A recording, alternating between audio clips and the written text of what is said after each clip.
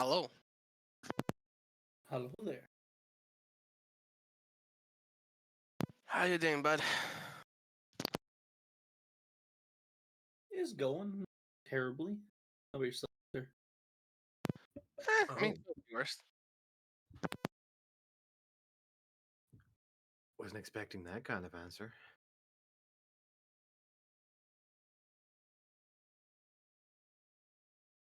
Hello, everyone. Hello? Joey. Hello. Hope you're doing well, except for the terrible part. I said not doing terrible, but Oh, I maybe thought I didn't catch the not doing terrible. I was like, I'm doing terribly. How about you? Oh God, shit. Checking notes, like seeing if there's anything that's gonna seriously fuck you guys over today. Like sweating profusely. Like, how pissed off am I gonna make these people off today? Fuck. well, it depends. Is the town really based in the mouth of a giant purple worm, and we're all just dead already? Who knows? You don't know yet. We could have just completely restarted the campaign and we go back to level 3 characters. Who knows? No. Rob, why am I hearing a paper pad hit your trash can? He's Yeah, throwing it in the you just fucking hear the bucket. sound of tearing paper, both slams of like something hitting my paper basket. I just look over towards the large shelf of old like other books. Like, yeah, I'll choose this campaign next. Fuck this place. Yeah. Screw the high magic resource campaign. We're going to Fallout. No. Oh boy. God, Speaking I of hope I'm that, prepared. um, I have been mentioning this a few times over the past few weeks. I have a West March that I'm a part of. I'm currently a DM for them, and they have just opened their doors.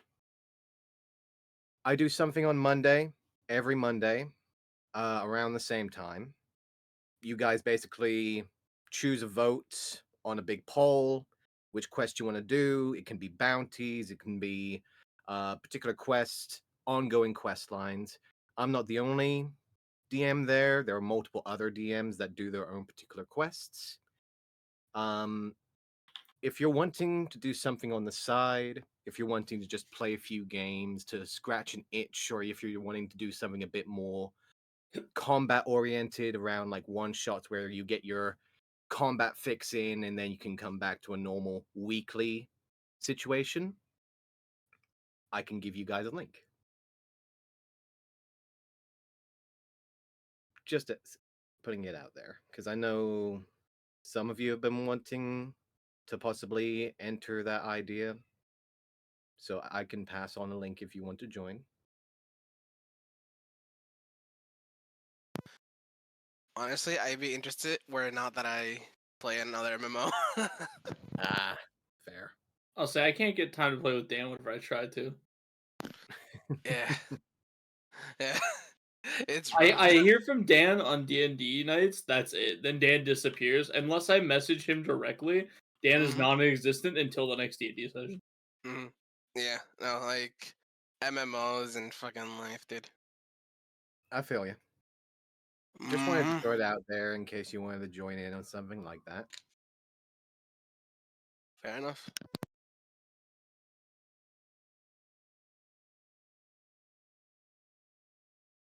Hope everyone else is doing well. I know we're about to get back into our own form of madness.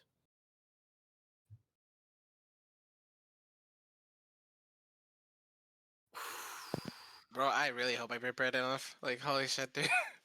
I have 2 plans. Hopefully it doesn't go out the window.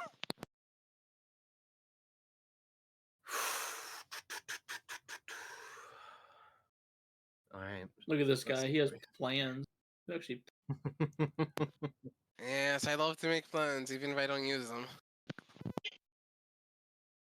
Also, by the way, I'm officially going to state sanity rules are now active. Do we have level up sanity or pre-level? Level up sanity, yes. So if we are going by the same status of health, basically when you guys level up to the right amount of experience where you should level up, you get your health and your sanity increase based on level. However, your class features will not come back until you essentially have your downtime. Can't wait to start using divine intervention every other day. I mean, every day. Oh, why? What does that do? I can ask my god for something. I mean, please give me ore. I need the good shit. And I need. How many was it? 75 pounds of it.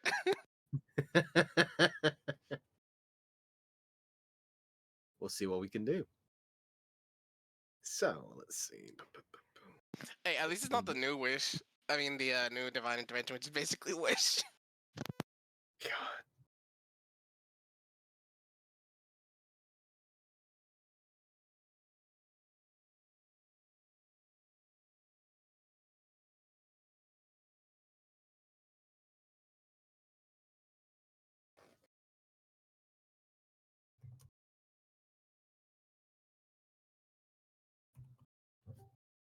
Hello. Hello.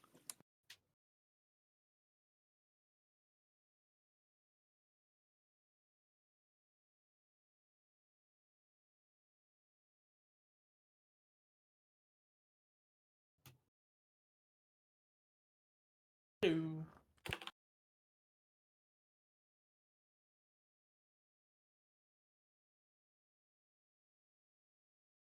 Greetings.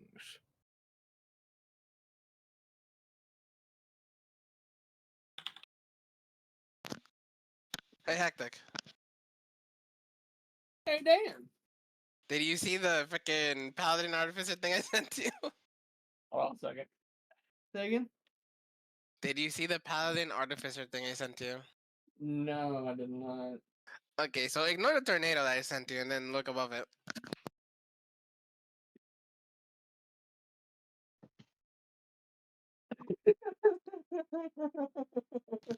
Yeah. Stupid, ain't it? That's yeah, it's stupid, but it's great. I'll send it Jeez, to look at Stella this as well so I thing. can have a laugh at it. That tornado's huge, man. Good gracious. It's just scary. Oh yeah, no, it was wild. That tornado was wild, dude. It grew even more than that, actually. Where's that one at? Arkansas. That seems like you're about to end up an Oathbringer, Dan. I know, right? Or an Oathbreaker, sorry, not an Oathbringer. Oh, breaker, fucking artillerist. You don't get to be God. You have to worship God, you idiot. Hey, I can be the son of a god. That is true. That do be true. That is very true. Very true.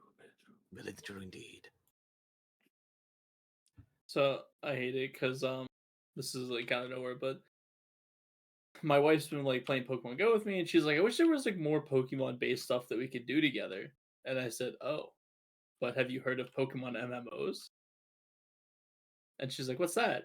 So now we're playing a Pokemon MMO. Nice. Nice. I thought you were gonna say Pokemon D&D. I've done that too. Oh yeah, Park Yeah. did run that That was two-shot, pretty. three-shot. That was really fun, actually. I had to at one point ask if I use Magikarp as a bludgeoning weapon, does it do its damage or my damage? Magikarp splashes. It dies. Died. No, because like I took the Magikarp because I thought maybe that like I don't know why I thought it might be able to evolve it in a one shot and get What? Gyarados. I don't know why I thought I'd be able to pull it off, but obviously I did not. So I just had a Magikarp on land the whole time, and this thing moves like 5 feet a turn. That's hilarious. It was so Bro, it just flips over. Dude, I'll tell you, I was so sad my Abra couldn't teleport. I was so sad. Bro, what's an Abravad teleport? What are you doing? I'm gonna teleport back. Nearest Poke Center, baby. What you talking about? Leave y'all to dust. It's like, yeah, no, fuck you. I'm teleporting out of here. Yeah. Team Rocket, you can have them. Part of this fire. The Relicant's like, nah, we're not blasting off again. What do you mean? You want to smoke? You got smoke. Let's fucking do it. Let's go, buddy. All right. Totally ignore my fire Pokemon producing all that smoke. All I could do was scratch. All I could do was scratch too. I was so sad, but it was so fun. You know what? I wouldn't mind trying out a Pokemon campaign. That sounds kind of fun. That sounds fun. Do you remember in TOA how Prac at one point was using like a Rattata as rats? No, I don't believe I do. He was using random Pokemon as like minions and stuff like that. Yeah, it's just because he had them from when we did the Pokemon one shot. They were already in there, so he I just remember that. slapped them in. He's like, why not? We're like, wait, why is there a horde of Rattatas? Don't worry about it. Oh no, they all use scratch. Oh no. Don't worry about it. Just know that there's a whole bunch of them. And they are coming towards you at a rapid speed. Quick, roll initiative. The Rattata swarm wants to know your location. The Ratat Storm is coming towards you in -5, 4, 3. FBI help! FBI agent, help me! Come on, man. The FBI agent's like, I'm the one that said them. Yep, Squeak. pretty much. Squeak, squeak. I look around. What do I see? You see a Rattata horde. 5. Oh, only 5? Only 5 Rattata? 4. Oh 4. shit. I put it. Oh shit! Why did they die? Oh no! They're getting closer.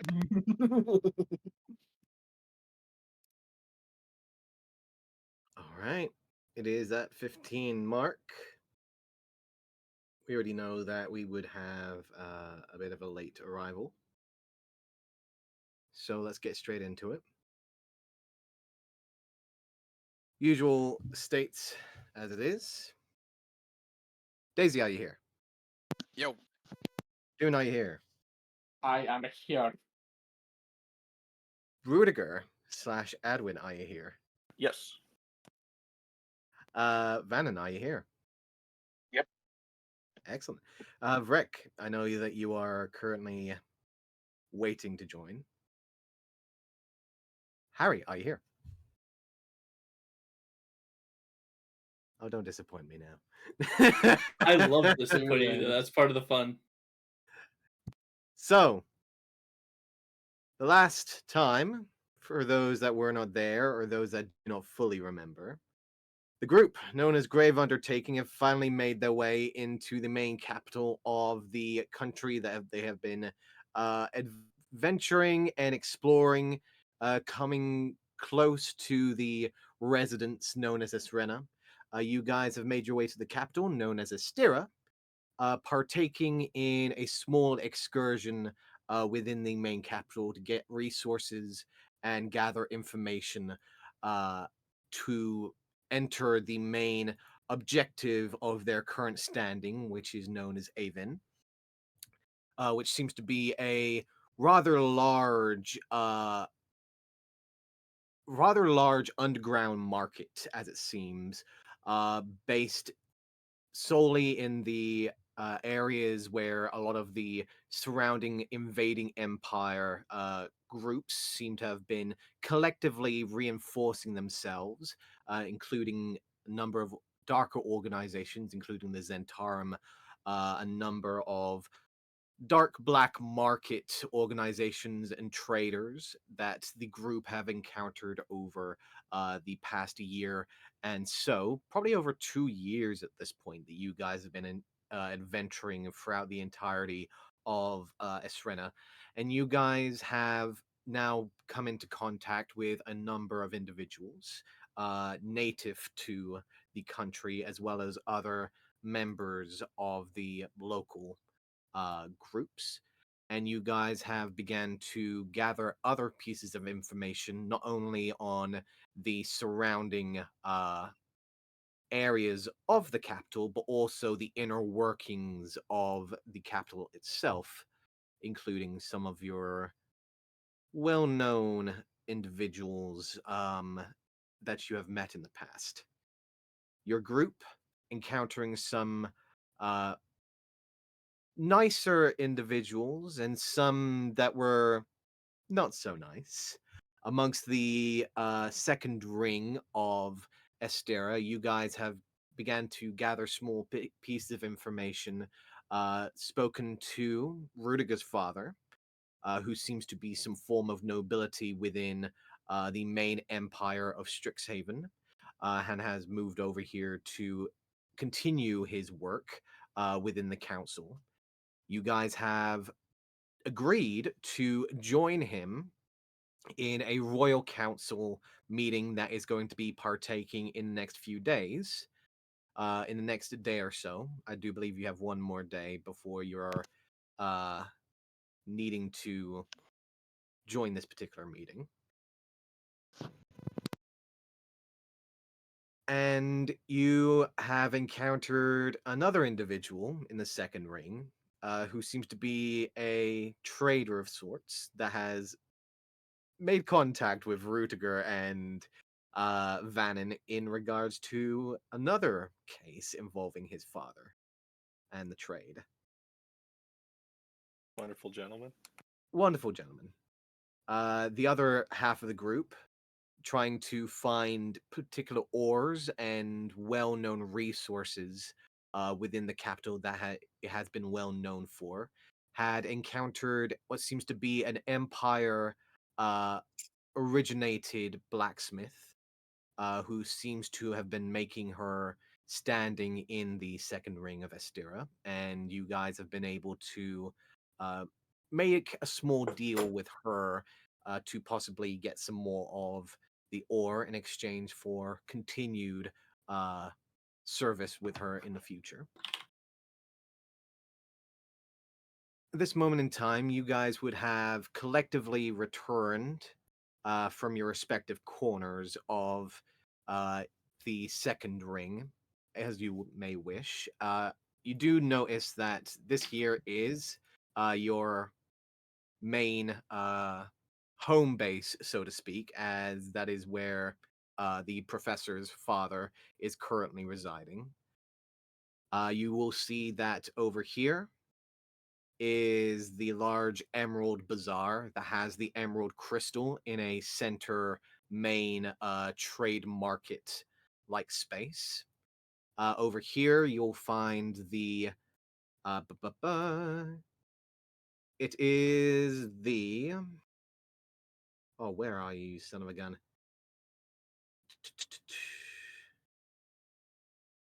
The cast and irons. The small smithing that you guys had encountered before with the local blacksmith.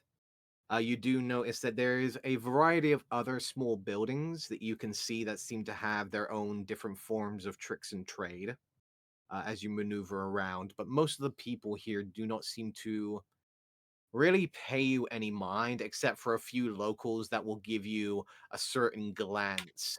You do notice a few of them give like a slight mutter whenever you pass on by.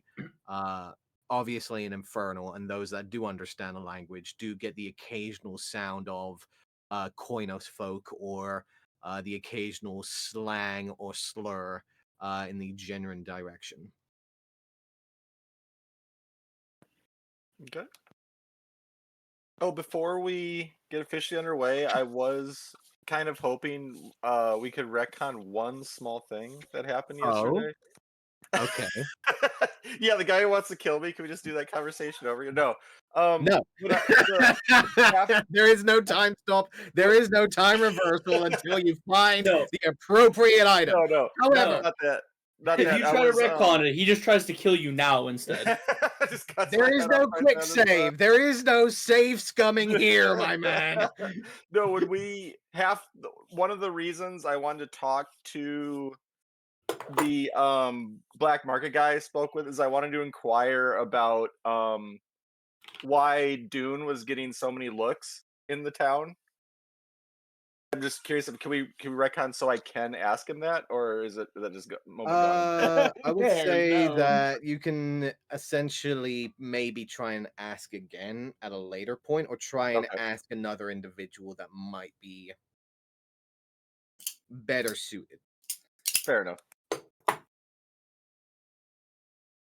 That's right, you guys did go down and meet the underground market. Yeah, super interested in us playing Slaughter Ball. Mm-hmm.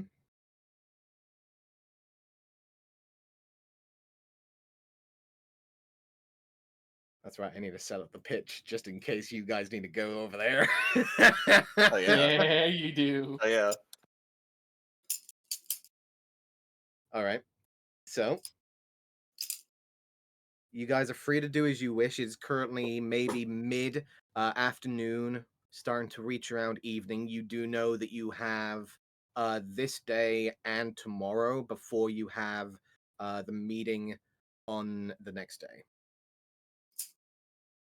I think it's gonna go to the Emerald. What you call it with the shop, The Emerald basically. Bazaar, the large market bazaar. Yep. Yeah, it would be over here. I would like to go to the other foundry, the local guy. The lighthouse. Yeah, that one. Yep, the lighthouse. Yep. Moving around, you would see eventually in the more native language, as you did cast a spell to essentially recognize where it is.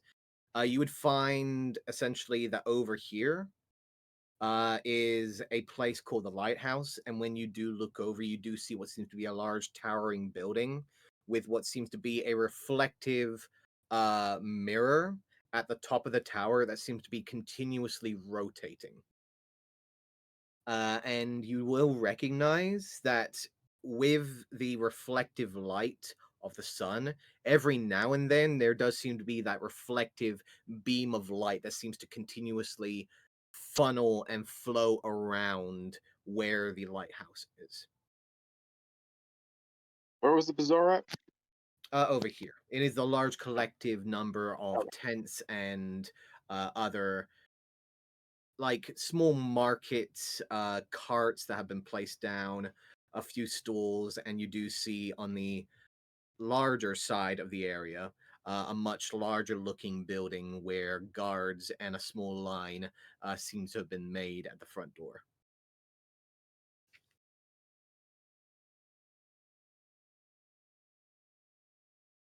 Daisy making a beeline directly towards the building. Yep. You make your way over to the front door, and you do see that the door is very well made. It is a very fine-looking wooden door, and you actually recognize that this has been imported, as the wooden material here is not native to Essrena, but native to the Empire. As you'll look over, you do see Faerunian-like details. You'll see what seems to be the very clear signs of some form of dwarven and elven-like runes that seem to be etched over a very detailed-looking door that seems to be the large horizon of a rising mountain with a lighthouse at the top sending beams of light over a large cascading ocean.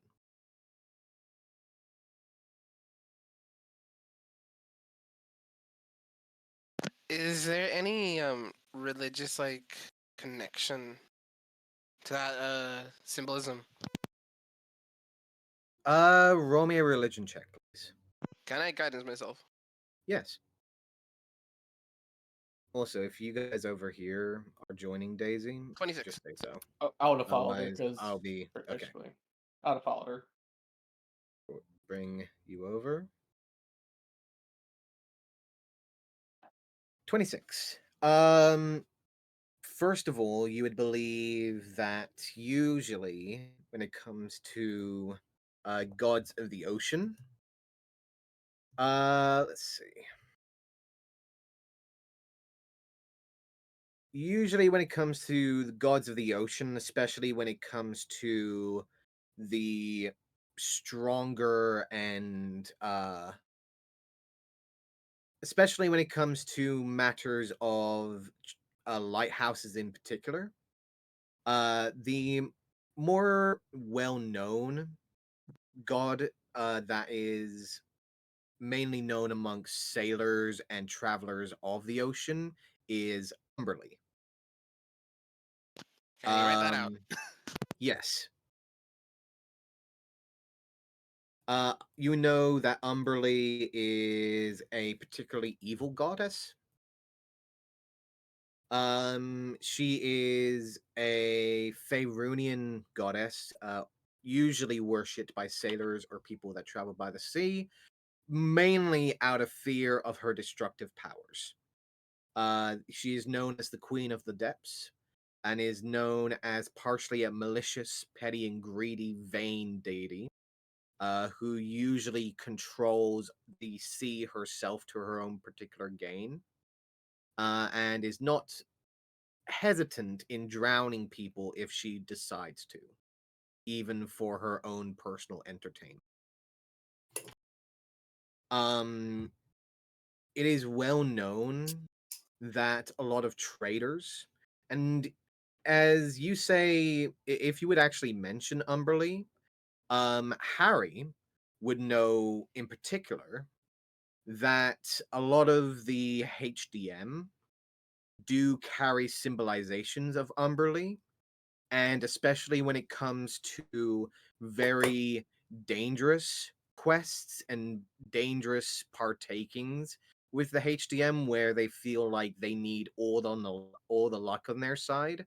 There has been multiple times where they've sacrificed chests of treasure of gold and silver directly into the depths of the ocean to gain tribute to Umberly to ensure that there are no storms or dangerous uh, activities that might hinder or destroy their ships in the future. With the 26, you would also know that she goes by another name to more of the disdained sailors, which is the Bitch Queen. Wait. Excellent name. I think I've read her book before. This is a ballad, I think. She is also known as the Sea Bitch and the goddess of the deep wilds. I Um, definitely read her book then.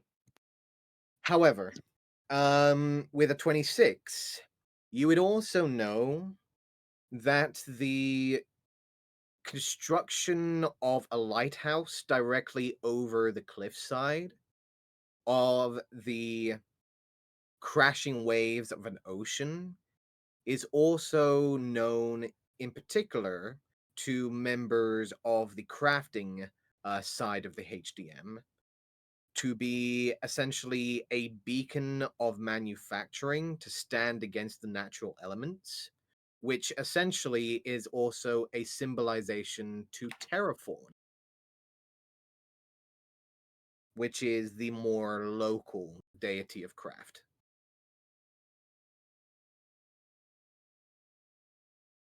I see.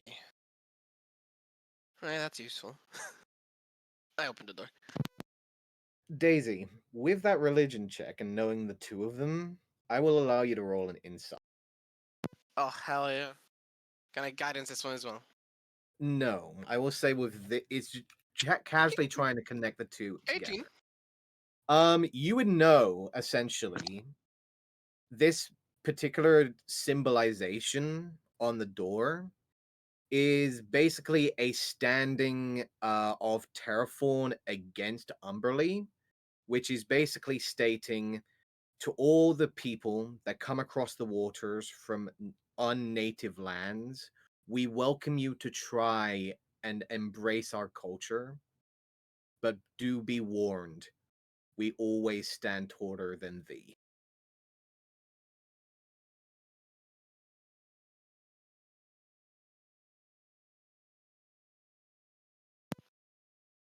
Hmm. It's basically stating that their god of craft stands higher than the goddess of the sea. It's kind of just like basically stating our god is better than your god in one of the Yeah. most stylistic fashions possible.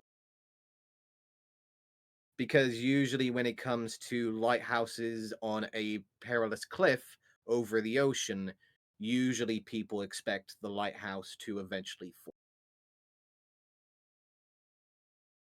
True. Oh wow, that's actually pretty deep. Holy shit.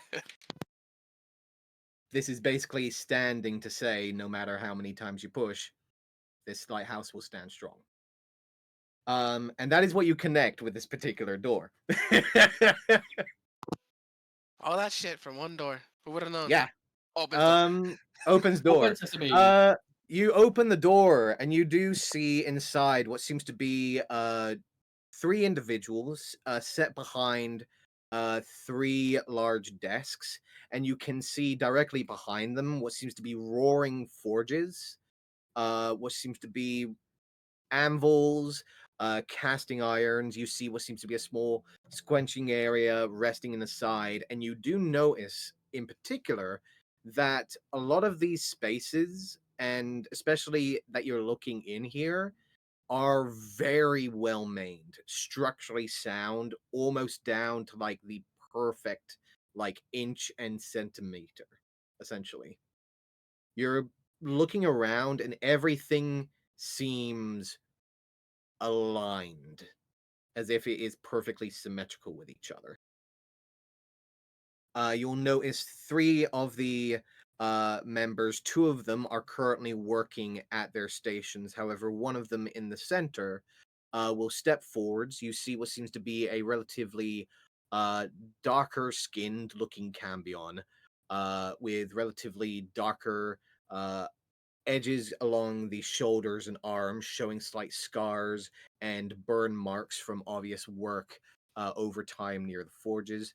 You can see that he is currently wearing a large black apron that seems to cover a lot of the very thin, loose clothing that seems to have a very thick amount of sweat over the fabric as he is standing there, looks over all of you at the doorway as you'll hear him quietly whisper under his breath something in Infernal before quietly looking What does he back say? over. Because I have Uh, language. I have tongues And as I well can now. hear. Okay. I can hear infernal. Dune, Mm-hmm. your passive perception does not hear what he says. Darn. I know someone who However, does though. you did hear him whisper something, however. Daisy, however, you did hear just on the cusp of your hearing. Great. More of these people. Welcome, bountiful variants of merchandiser and trader. Welcome to the lighthouse, where you'll find all matters of craft and wonders that can be found within the ground below your feet. How may I help you today? Well, yes. First off, good afternoon.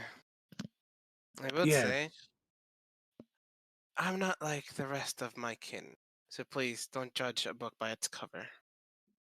You see him frown for a moment, partially feigning ignorance, as he's like, I don't believe I said anything of that sort, but I do apologize if any word had spread around that I might have said something of that matter. I don't want to turn away a customer after all. So, by all means, come on in if you're so unique. I walk in. I fall behind her. Uh, is it just Dune and Daisy? Or did Vrek, Tullius, and Harry just stick around the forge? Because I would, Tullius is gonna eventually start making his way back to the I would drag Harry and hideout. Brick. Okay. I'm pretty much a shadow in Daisy at this point in time. All four of you go over, Yeah, I'll stick with immediately Daisy as well. taking in the scene as Daisy, the moment that you step in, you do see one of the workers, the one directly towards your right, does seem to stop hammering away at what seems to be a reasonably nice looking warhammer. That seems to be encrusted with a very fine mixture of different colored metals and ores. That is currently glowing a distinctful purplish and reddish like color. You do seem glancing over in your group's direction as you step into the main center chamber of the room. You'll see the center Cambion stepping forwards will look over all of you, will give Vrek and Harry a partial side glance given their collective looking garb and equipment, will give a slight nod for a moment. Very well. Welcome, all of you. I don't believe that we had any particular reports or requests. Did you, by chance, have an order with us already? I can make sure that you're put on the list. No, I was told this was a good place to find minerals, ores. I did ask a guard, and he pointed this way. A guard, you say? Well, you are correct. We do get a fine amount of decent, relatively good ore around here. Uh, Usually the best ore is in the third or fourth ring where the master crafters of Estera usually reside. However, we do get our fair share of good ore here. Wanna insight check that the third and fourth ring thing for the master Sure. crafters. Where's my sheet? 12. 12. He seems to be telling the truth in the general sense of the word. Whether or not he's holding anything back, you're not entirely sure. Right. Alright. And I'll be. Well, I am currently looking for. Now I'm going to butcher his name again. Valdrinius. Or whatever the frick it's called. You're looking for Vanium? That one, yes, Vanium. Yep, Vanium. Yep. Vanium. Yes, yes, I am familiar with this particular ore. How much are you wishing to purchase? Just a small amount, I would say. And that I. amount would be? Eh, how much for a pound? A Doesn't have to pound. be specifically high quality, just normal, even the poorest stuff you have that you don't want. He'll look around for a moment. You'll see the guy on the right look over for a moment towards the deal. We'll look to the center guy. You see them exchange looks for a moment before the center individual will nod slightly. For a pound of good Vanium, it will cost you a total of, let's see. For you, since you are unique amongst your people, looks you up and down for a moment. Let's I have call lock eyes. it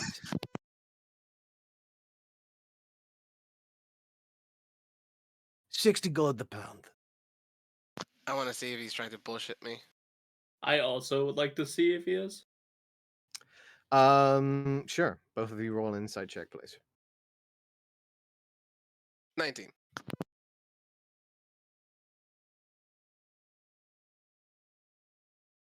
Go ahead, Harry, There it if is. you want to roll. Dude, I that keep insight. looking at investigation. I'm like, no. And then I try to find another eye. I look at investigation. And I'm like, no. You I want to look again. investigate his bullshit, bro? Okay. Both of you inspect him for a moment. It's obvious he's trying to get a decent deal, but it's very clear based on the fact that you guys got your Vanium from the cast and irons. That was warp behind. which is made out of vanium. Oh, really? I believe so. Hold on. Let me double check. I believe. Because isn't Vanium like the healing one? Because that's what I So, was asking for. Valdir Innis is the place where you get vanium. Yes. Mhm. So Valdir Innis is the home of vanium. There is also Trisantir. There is Yetini. There is Cantulin. And you know also of a place called the Land of Glass. Of course, you also know Estira also has their own particular Cannon Rock variant. And of course, Koinos has your casual Cannon Rock variant, Yeah. aka blow stuff up.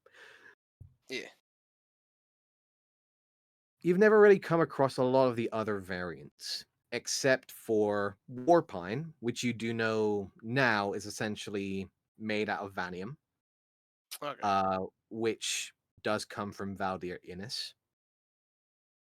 You have not come across the Trisantir just yet, or the Yetini, or the Cantulin, now that I think about it.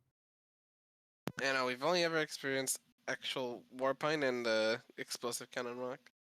Yeah, so you've encountered the Valdir Innis region, the Koinos region, and the Estira region of Cannon Rock.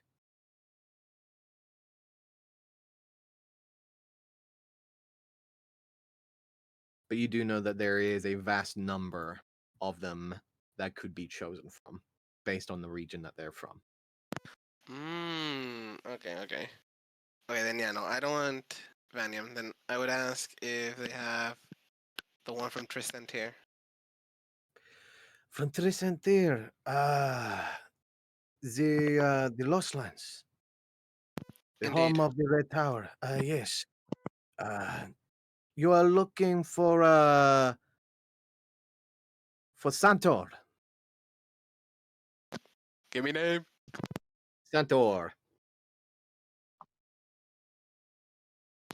Yes, how much for a pound of that?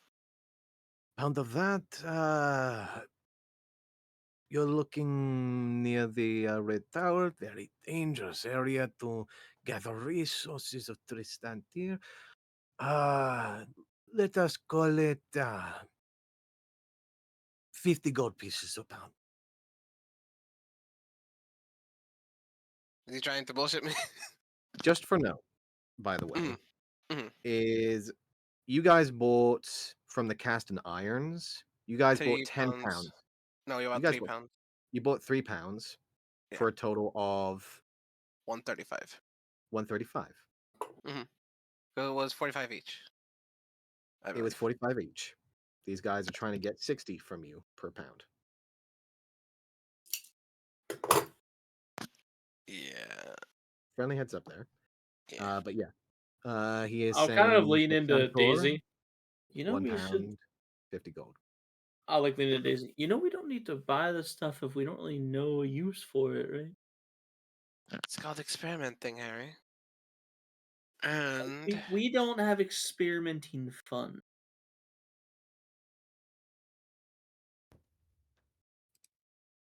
I look at it, man. I'm like, Okay, Harry, I will say this. And if if you are here, I will allow you to roll this as well. I want both of you to roll me a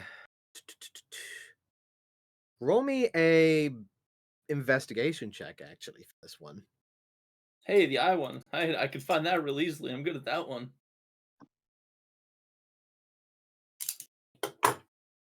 Harry, you're sitting there listening to this deal, and usually when it comes to the matters of ore and trade between reasonably respected crafters and customer, they would have brought the ore out by now. to at least allow That you is to a fair inspect it. point. Why is he not? You would know, especially given your own previous deals, that usually you like to see your stuff. You like to see the quality of your stuff, and he has not brought anything out yet. That's a really fair point. I don't know why. Like Harry wasn't looking to buy anywhere, so I guess he wasn't thinking about it right away. But that is a fair point. Um, so you have these in stock, right? Like you Of have. course. Yes, of course. We would not be known amongst the members community without having the finest resources that they can use. As you can see, my brothers here are taking care of their own personal matters. And you can see the member to your right who seemed to be working on the Warhammer will look over with a very stern but very like cold looking glance towards all of you as the other one will stop doing what he's doing, pulls out a blade that seems to be some form of very thin looking rapier like type blade that he is currently pulling out, will place it aside. And you do recognize that this particular blade seems to be of the pitch black material of Estera, currently glowing with that distinctful dark red, as he will step to the side, display his work, and place it down before quenching it. So, do you mind to see it? Like, look at the material, see, He will look at you for a moment. Which ones were you looking for? Santor. Santor, of course. And he will step away for a moment. Daisy, corner of your eye, you see his eye twitch over to one of his brothers towards the right who's been watching all. I'll look at that brother instantly. He's Try to just insight him. staring back, stone faced. Go ahead and roll insight if you wish. Ah, sad. What you can essentially assume, especially right now, a high level of distrust, a high level of disdain. It's very clear that there is a very high tension in the space, even without the heat. You'll see the center individual stepping back. You'll see him exit through a small doorway to the side.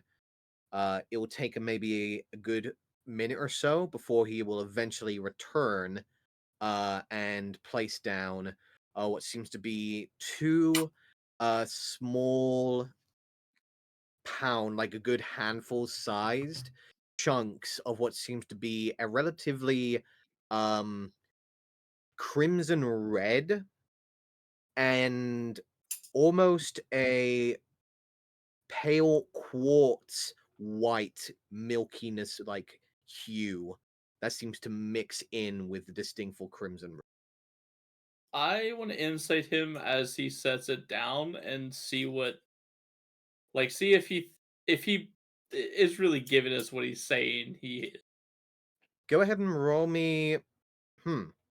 Okay.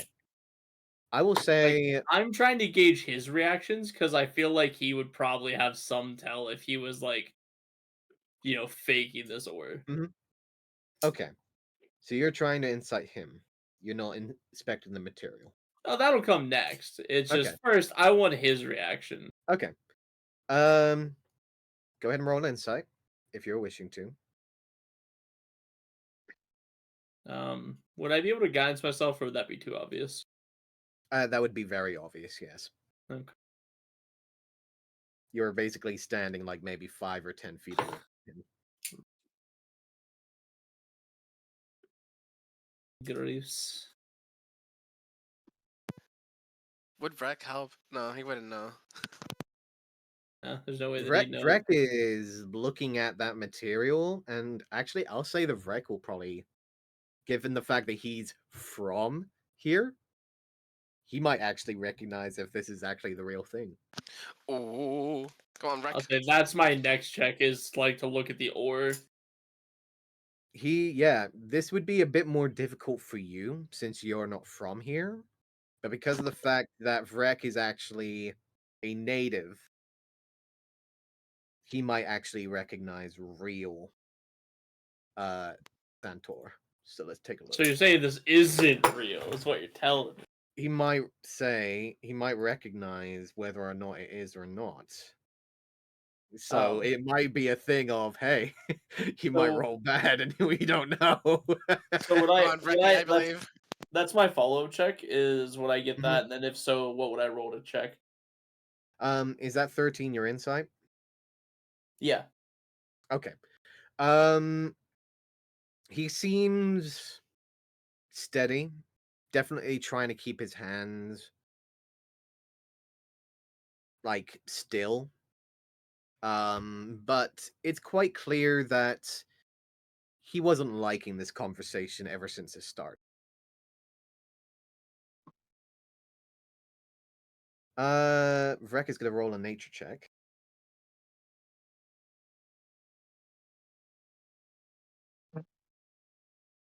Natural Nice. 20 is it. My boy. My boy. Okay. Okay. So you're inspecting him. He carefully places down the two pieces of red and milky white quartz-like ore onto the table.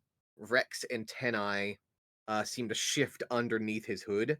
Daisy, as you see a slight buzzing beginning to rise, as you'll see Vrex's attention immediately rooting onto the two pieces of ore, and you can like verbally, like audibly hear the excitement of the vibrating antennae directly under the. I gave him a glance. Vrek will look over in your direction, tilt his head slightly.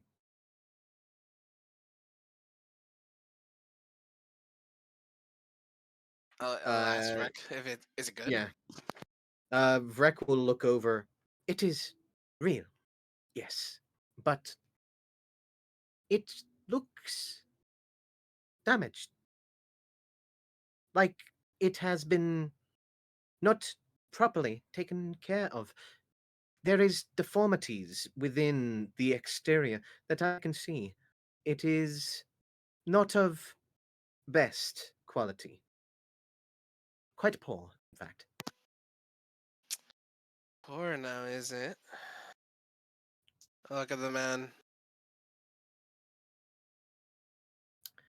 I'll give you 20 for it. No more, no less. You'll see him chuckle out for a moment. You must be kidding. There is no way I'm going perfectly She's not kidding. premium Vanium. I trust my Santor. companion's eye for the craft, eyes for ores. He's from here. I will not be deceived. You see him tighten his jaw for a moment, looking between both Vrek and Harry to try and figure out who kind of just ratted him out. However, is unable to do so, especially given the fact that Vrek is currently wearing a mask. And Harry is like inspecting the ore and is clearly not paying too much attention to him at this point, as you were saying that you were going to start inspecting the ore. Yeah, so what is my role on figure it out? Go ahead and roll me a nature check, Harry. Yeah, if he's giving this dirty looks, I'm probably staring him down. Just that's Oh, what yeah. I'm Yeah, giving him dude. I'm like Doing please, towers, Daisy. please do. Dude, apparently I mean Um, I don't know these materials, so I guess it makes sense. Yeah, you are looking over at this without the knowledge of the telepathic message of Rek at this moment in time. You would believe that this is a very interesting piece of material, especially given the fact that you now recognize that the mixture of the red turning into white seems to be the slowly turning up of a dial of the intensity of heat within the intensity of the center of this ore. It seems that when you're taking a proper look at it, the more white and pale the material it looks to be, the more intense the heat it seems to be emitting. And as you're like looking over it for a moment, you do reach out and you do get a genuine sense of warmth that seems to rest over this particular piece of ore. So I've bought ore before. I've bought like, how does it look comparatively to what I normally buy? Where I buy upper medium slash upper quality. Like, This it's hard, especially when you've never really encountered good quality ore of of this this quality. You don't material, but I've worked with vendors who sell me, ingots of you high quality. I'd expect like what it should look like, right? Like an ingot of some sort, or you would believe that this is raw ore. You would see that this is distinctly at least raw ore. So there is no like particular fashion or like professional class and like dimensions to it. There's no cleanliness or like structure. There is just raw ore. Rigid, jagged, multiple sides that seem to have like other pieces that seem to shift and change. However, the main exterior does seem to be relatively smooth to the touch. To you, you can work with this. You've dealt with worse things before. I've dealt with trashier, but it's Mhm. ore, I guess. It's ore, yeah. He is going to look between all of you. Dune, you look over to your right and you see the guy that was working on the warhammer continues to stare back at you, now having that silent stare down towards each other of who dares to make the first move. You'll see the center individual stepping forwards towards the front table will lean over slightly. Well, if your friends are saying that our quality is not to your standards, then I suppose you're not unique after all. Shame. I was hoping to actually buy something. Have a good day, gentlemen. And I turn out the door. Real quick, the guy that walked over is the one that was working on the weapon, right? The center one? No. I thought you said the one that like walked up to the table that said, "I guess you're not that unique." He is the one that's in the center. The two to the left and the right were working on weapons. The one on the left seemed to be a much lither, uh, much taller, looking Cambion of much grayer like skin, kind of like Tullius's in the general sense of things. However, was working with a very long looking thin rapier like blade. You'll see on the right side where you see Dune is currently having a stare down with a much beefier, much larger looking Cambion, which seems to have a more purplish like coloration to him. He is currently working on what seems to be a multicolored warhammer that seems to be made out of multiple forms of material. The center Cambion did not seem to be working on anything in particular. Although he Okay. does seem to have a forge and everything behind him as if he would be in the preparation of doing so. So it's fine. I'll just let Daisy say what she wants to say, and I'll follow her out. Oh no, Daisy's walking away. She does not want to do business with a crook that thinks high and mighty of himself. I was gonna insult one of his crafts, like, doesn't matter if we're unique if your guys can't even craft a straight blade, like call it like the idiot over here has a warped blade. But nah. Seems like the guys that were crafting aren't the ones stepping forward, so I'll just leave with Daisy. stepping out. As I walk out, the guy I'm having stared down with, I give him like a look, like, too bad. You just see him smile there, giving a bit of a grin as you hear him calling out towards you. Yeah, run along with your tail between your legs, little dog.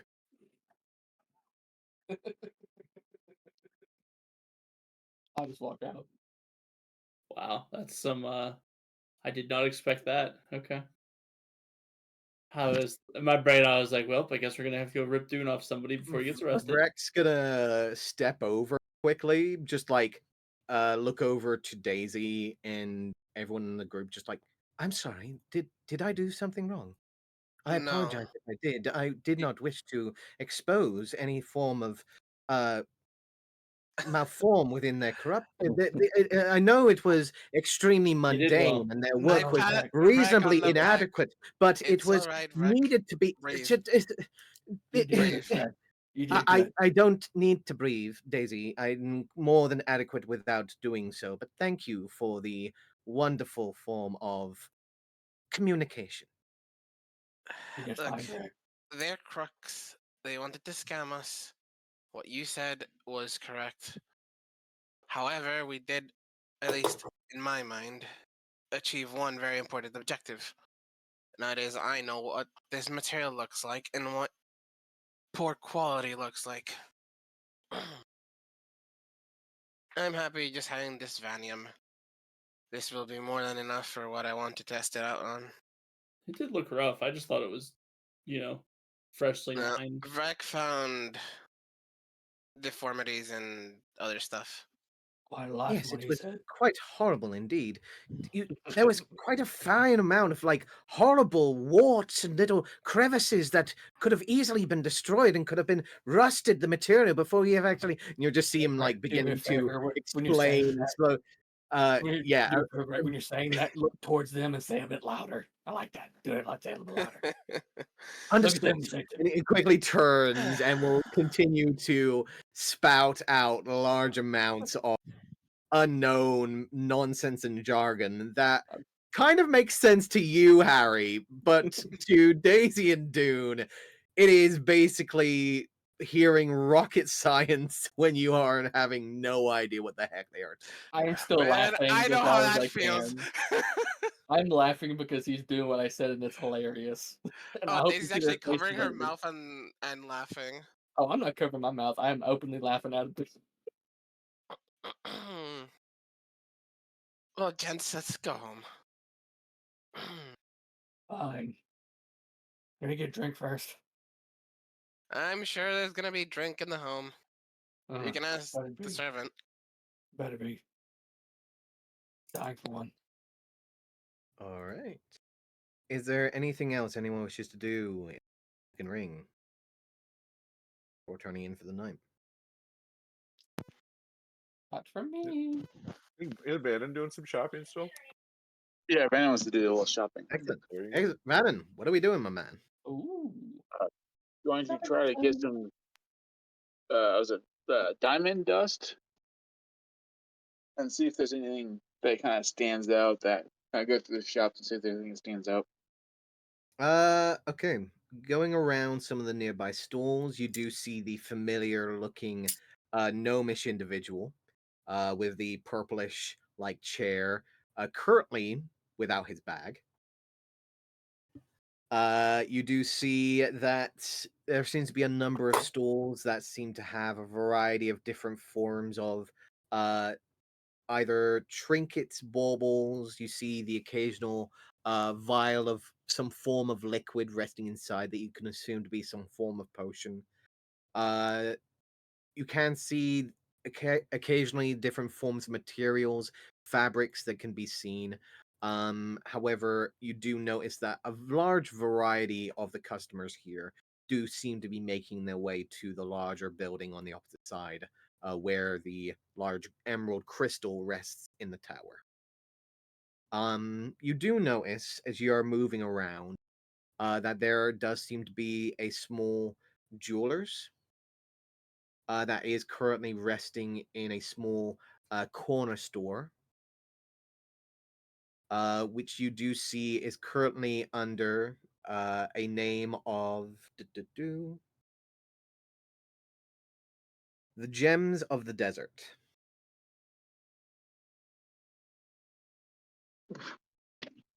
I'll go ahead and head there. See if I can try to get that diamond dust. You do enter inside, and you do see, leading through a beaded curtain, what seems to be a very fine, small-looking store. You do see a few individuals moving on some of the nearby counters and shelves, where small display cases of very fine-looking rubies and gems, and even some small pieces of jewelry that can be seen displayed in some of the nearby display cases. However, you do see sitting behind a counter a very small, very rotund looking Cambion like female who seems to be carefully placing a very tiny looking sapphire into a very eloquent looking necklace that seems to be laced with thousands upon thousands of tiny gems that have been interconnected to create a large bouquet of jewel-like flowers. Ooh.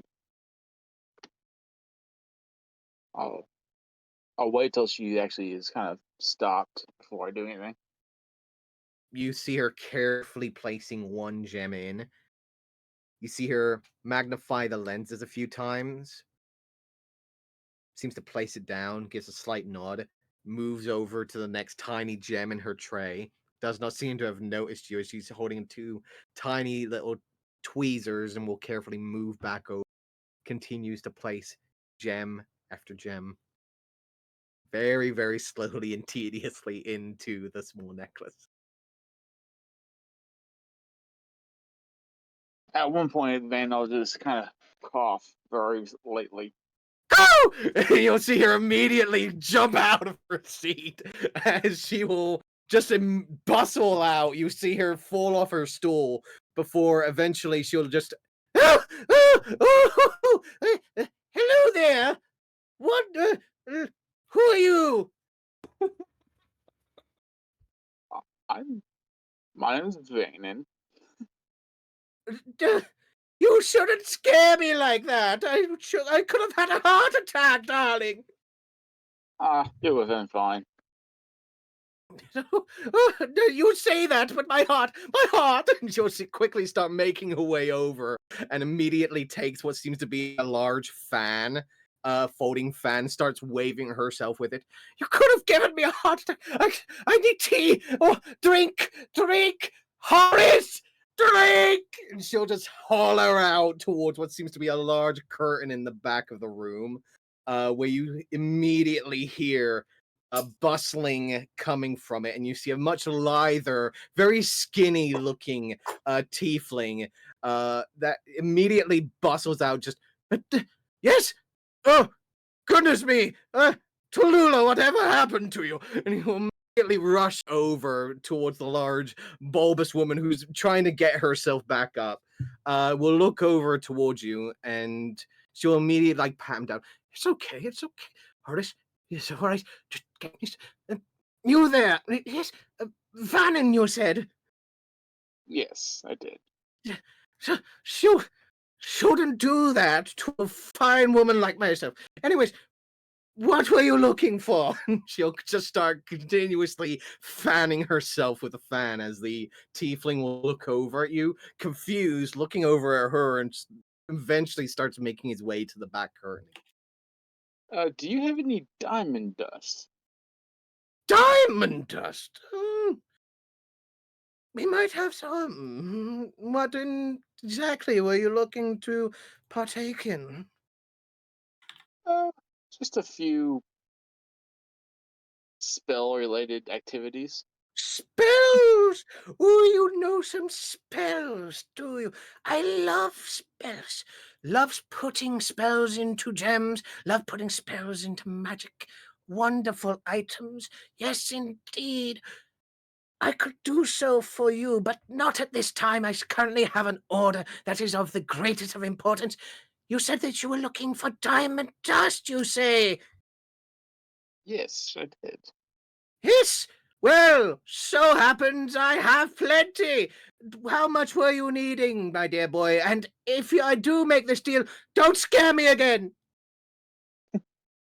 What was the best way to prevent you from being scared? She'll just look at you for a moment, look you up and down. I'm not exactly With a very passive perception intimidating. of with a passive perception of 19, you do see a slight grin rise up to the corner of her mouth. Well, do partake me from having a hot. The next time that you meet me, do bring me a nice bag of Cambion night tea. Okay. Oh, I'm already liking you already. How much can I help you with? How much diamond dust could you possibly have this hot partake in? If I could, I'd like to get at least 600 gold worth. 600 gold. Quite the expensive fellow, aren't you? So be it. I will have this particular ordered relinquished towards you in the next number of hours, if you so wish. That works. Fantastic, fantastic. Well, how were you wishing to pay, Mr. Vannon? Um, Guess cash is the best word for it. She'll smile, putting the fan directly in front of her face. And I do suppose that will be of your currency's gold. Yes. Fantastic. Please do place it onto my counter. I will make sure that your diamond dust is here when you return. Along with your tea, of course. All right. I'll put some onto the counter. Gracious, gracious. We will have a wonderful time together, my dear Vannon. Declare yourself when you get in. Don't just be standing at my desk waiting for me. Usually I'm quite busy. What you were doing is just so intricate and precise. It was just riveting. She'll immediately just bustle up toward you. It is riveting, isn't it? Grasping your cloak, bringing you closer. Quite riveting, quite tedious, quite precise. I could teach you for the right coin, should you wish it. Ooh, that's something we might look at. Oh, I've always wished to be a mentor for the young youth. Anyways, yes, your diamond dust shall be here when you return, my dear. My student. She'll immediately wrap her arms around you, pulling you in before immediately just coughing herself out to the side, pulling her fan back towards her face, and will immediately bustle back over towards her stool. She will carefully wave you out as you do see the much skinnier looking tiefling seems to be shakily bringing out what seems to be a very nice looking tea set with a cup on the larger tray. All right. Do you mind if I have a cup of your tea? You wished for some tea? I'd like to try it. Well, I don't see why not. Of course, have some tea. You can stay as long as you like, unless you have things that you wish to take care of. Oh, I'm at no real rush. You see the tiefling heavily sigh as you say this, as he starts to make his way into the back to retrieve another cup. It's hard to find some good help these days, isn't it? Indeed it is, indeed it is. Now, allow me to tell you about this time that I met Horace. And she'll start to carefully detail the last few years of her life as you sit down and listen in. um, you are gonna probably be there for a hot minute unless you decide to forcibly make your way out of Vannon. Nope, I'm good. Okay. The rest of you, what are you wishing to do? Go home, go to bed. Go home, go Yep. to bed. Go home, get a drink, go to bed. Yeah, I was actually I wanted to get home before everyone else, so I had to go with Vannon. Okay. You do get home before everyone else. Is with Dad relative around? Yes. You do recognize when you do make your way home that he's not downstairs. However, as you do make your way up the staircase leading to the much larger main office space on the second floor, you do see that the office door is closed, meaning that your father is probably in there working. I go knock on the door. He will. There is a slight moment after you knock on the door before eventually you do hear, "Yes, one moment." Time. After a few seconds, you do hear the sound of the footsteps approaching, and eventually you do see your father stepping into view just outside of his office door. Looks over towards you. Just, yes, oh, Rudiger, Yes. Yes. Hello, my Father. dear boy. Yes, Yes. was in the middle of communicating some things with a Winspear. Did you have Did you have need of me for Yeah, a yeah, just a moment? brief moment. I happen to have had the strangest encounter in the marketplace. Are you, are you familiar with a merchant man with fairy wings by chance? He'll look over at you for a moment, narrowing his eyes as you Oh, you do know him. recognize. Yeah, you recognize that particular like glance that usually is like him.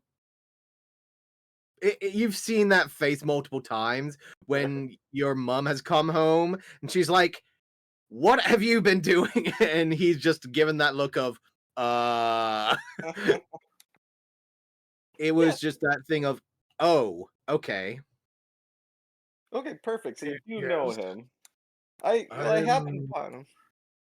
I'm aware of the individual that you speak of. Yes, Okay, uh, he's none too happy about your deal coming up I, here. I I don't doubt that it. What exactly happened? Well, I guess, I mean, the family resemblance must be striking because he knew I was your son, and well, he basically said he's gonna cut my head off if the deal goes through. What? I know. So why not? Is there any way you can't use him in the deal? He has basically the guards in his pocket. I don't know if you I can understand who you're. I Maybe I should come clean with the situation so you are more than sure. aware of what you've just gotten yourself into. You are speaking to a man which is reasonably known within the Empire as Mr. Haven. Okay. Mr. Haven is a man that has many contacts within the Empire that has passed on over from generation to generation, including having the ear of our late king and previous encounters with lesser liked individuals amongst our political power of the Mm, empire of our previous state, mainly cool. since he has been able to provide people with items and particular matters of importance that usually people would not be able to collect. Of course, that had its own personal reputation that seemed to follow, and usually when it comes to matters such as this, you end up getting a certain name when you begin to gather information and power that usually allows those with a lesser standing within the empire to gain some form of influence. That is when things get a little drastic. Sure. His particular means is when he's able to get inside. I have been making sure that he has not been able to get inside of the third ring of Estera ever since I got here. Got it. Okay. The main reason as to why he's been trying so hard is he finally found a way of getting a permit into the trade center of the third ring of Estera. I'm still trying to figure out why and how. Yeah, I mean, obviously ulterior motives. Like I said, I just kind of met the man. He seemed like someone of importance in the marketplace. I suggest that you be very careful, my dear boy.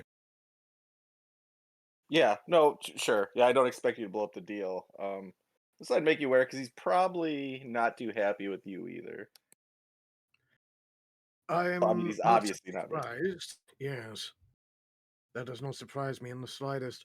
He has been trying to find a means of getting the upper hand against me for quite some time. He'll just look over at you for a moment, give a slight sigh.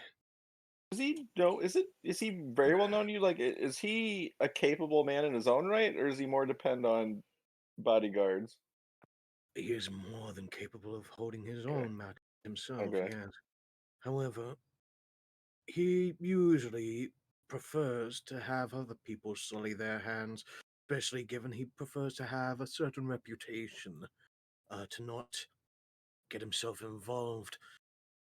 Been trying to at least track him down and pin him down on something to ensure that he doesn't have any further permissions. However, it seems that he's found a different way of perhaps extorting me from further excursions. Try and stay out of the way, my dear boy. I don't want you to get hurt. I mean, you and me both. Be careful too. This guy's got. It seemed like he had a lot of guards in his pocket. Yes, and they've been keeping away as of late, especially given the fact that I've been having my personal guard here for quite some time. He's been quite useful, so it's allowing them to be withheld. Okay. As long as the crown keeps me under guard, then I have protection. If that particular protection disappears, well, I can't say how much longer that particular circumstance will maintain. Sure. Try and Yeah. stay out of sight, my dear boy. Yeah. No, I just wanted Trying to to give you the call heads up. me. Sounds like you Yes, know him, but I don't know if you knew he was that gunning for you. You watch your back too. He'll nod, look over towards the nearby window of his office before carefully closing the blinds. yes, indeed. Oh, just Should find your friends. yeah. You've had the opportunity to meet all our friends. You know the Dune. Yes, I do. When we came into town, quite a few of the town, not quite a few, but a couple of the townspeople are staring at him quite intently. You see him slowly nod. Just wondering if you had any thoughts on that. I might have a unique stance on the situation, yes. As of late, there has been a few occurrences. A certain individual of a shifter-like type that seems to have been appearing around the capital over the last number of, I'd say, months. There has been rumors of this individual that seems to have been causing some disruption. And it seems that shifters as of late have not been on the best radar of the local because of this particular fact. Sure. Saying as they resemble Dune quite a lot. Of something of that sort, yes. Okay. Interesting. All right. Well, I'll let you get back to it. Believe me, I'm going to try not to get my head cut off. I hope so. Would it be extremely inconveniencing? That say the least. To us both, yes. I don't want to be saying anything about like this to your mother. Yeah. Let's keep her out of the loop on this one. Oh yes, my dear wife. I did see our son over here, Nestor, just as his head was lopped off of his shoulders. Yeah. No, I don't think I want to have that conversation anytime soon. Certainly. Well, in that case, yes, let's try and keep us on the down low. Will do. Rick will just nod and head back downstairs. Get something to drink. Excellent. A stiff belt or something. You do find his usual stash as you do make your way down the stairs, making your way towards a small bookcase where you had seen him move over to before. You do make your way over to a familiar bookshelf where you do find the familiar title of Bedknobs and Broomsticks. Beautiful. Classic. Which you, yeah, a classic, which you knew to be your father's favorite. However, you do eventually pull that particular book down and open up a small hidden space where your father's hidden stash of alcohol is currently resting. You open up what seems to be a very nice looking elven beverage that seems to be resting in a very nice clear bottle, setting it down, getting a glass, a little bit of ice that seems to be resting in a small bucket on the side. Ooh, he's got You know, ice. Okay. Hell you know yeah. your father. He likes the stuff old fashioned, literally old fashioned. Oh yeah. He doesn't summon ice. He actually gets the stuff from home, so you know he Nice. really enjoys his liquor. Oh, yeah. But yeah, he has the ice buckets. You get a few ice cubes. You sit yourself down just in time to hear the rest of your companions starting to make their way in through the front Perfect. door. Perfect timing. You That's see, kinda Dune? sweet. The professor's already drinking. Go ahead and sit with him. You know what? That's a great idea. I need a tall mug of something with alcohol and a leg of something with meat on it. Now. You guys step Well in. stocked again. Dune, you look around. You're not entirely sure where exactly the professor, because you don't see a ball or anything. Would you see the professor at? I thought, It's in the kitchen. Professor just like motions with the glass to the kitchen. Oh, by the way, Dune. I've got a little apparently there's another shifter in town that's causing trouble, and you fit the description of it. oh Just a little really? bit. They don't like me. So there's I don't know if you got friends or family that you resemble. I got ex-pack members. That's about all I got. Did you get a description of the shifter? No, I just kind of asked my dad about it, and he said there's been a shifter around town the last couple of months that keeps popping up, and I don't know, it causes like making a nuisance of himself or something. Every people they seem not okay with it. Well, if they cause a problem, I'll kill them. So you get a description. Fair Then I enough. go to the bar and I go Yeah. get me a drink. You're worthless, Nine Toes. Couldn't even get a description. Sorry, I do apologize. I don't think my father's actually met him. I was actually thinking I'm gonna go check out the Slaughter Ball pitch tomorrow. I'm gonna ask around there if anyone's actually seen the I shifter. stop. Slaughterball. Oh yeah, no, I honestly I think we should do it. Oh no, I absolutely agree. We should do it. Oh yeah. I'm kind of surprised you want to do it of all people, given how scrawny you are. Yeah, definitely not a forward or attacker or whoever the hell's up front. Are you guys at the house right now? Yeah, I'm pretty sure Yeah, everyone's we made walking. it I'm to just the talking house. to Dan. Everyone Or but like, Bannon should be here. so I'll Okay. kind of just like lean in from like a different room. How else are you supposed to get the ball? I don't know. I don't even know what it is. I mean, I have a brief description of the game. It sounds I was fun and joking. The violent. ball was your skull, and I ducked back around the corner. You Thank can you, make the Barry. ball someone's skull and set it on fire. That I know sounds fantastic. that seems perfectly acceptable in the rules of Slaughter Ball. I, yes, we will talk about it. Yes, absolutely. First, Perfect. I drink, and then I go get me a drink. All right. Hmm. Is the morning newspaper still on the table? Indeed, it is. I'm taking that. All right.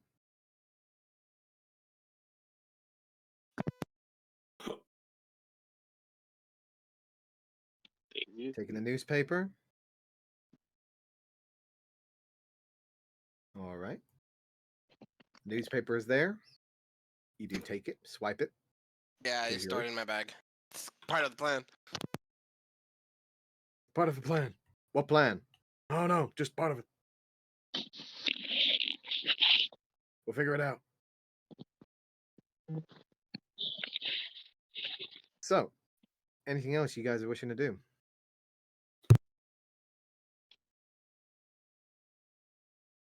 Nope, I'm drinking, eating, and going to sleep. Going home, going to bed. I would like to consult Harry and Vrek into turning the warpine into ingots. Okay. You know, I do want to do one thing. Actually, if I catch Howard walking around, I want to ask him if he has a description of the shifter that's causing trouble. If you know, have a description of all by chance. You do catch Howard, and he does give you just a genuine idea that there is no particular description. Just the Okay. fact that there's been rumors of some form of shifting individual Okay. that seems to at least match some form of your description. Mm-hmm. Okay. It's quite obvious it's not you in particular, but it seems to be suiting your description, which you don't really like, because that means pack. That means that someone is nearby. Yeah. Either avoid or kill them. One to do. But that's off the bed for me then after that. All right.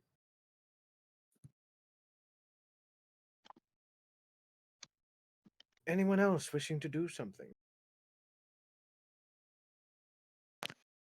Talking to Harry and Vrek about the thing. The thing. Yes, the Vanium. Yeah, there we go. Yeah, it's the About turning it Vanium. into There we ingots. go. Okay. Turning the Vanium into ingots. So you guys do have 3 pounds of ingots that you do have available. Do we even have access to a forge here? I'll ask the professor's dad if he has a forge or somewhere to forge nearby. I mean, it's not He'll a casual thing blink that everybody for a has. moment, gives a slight shake of his head, and will just apologize, my dear Daisy. I'm not one of crafting myself. Usually, when it comes to matters of craft, I'm the one that's usually acquiring the material and the item, not making it. All right. I guess this can wait. It's not that big of a deal.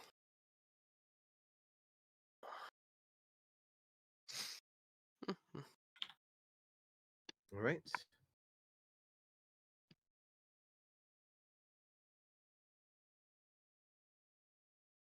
Anything else anyone wishes to do?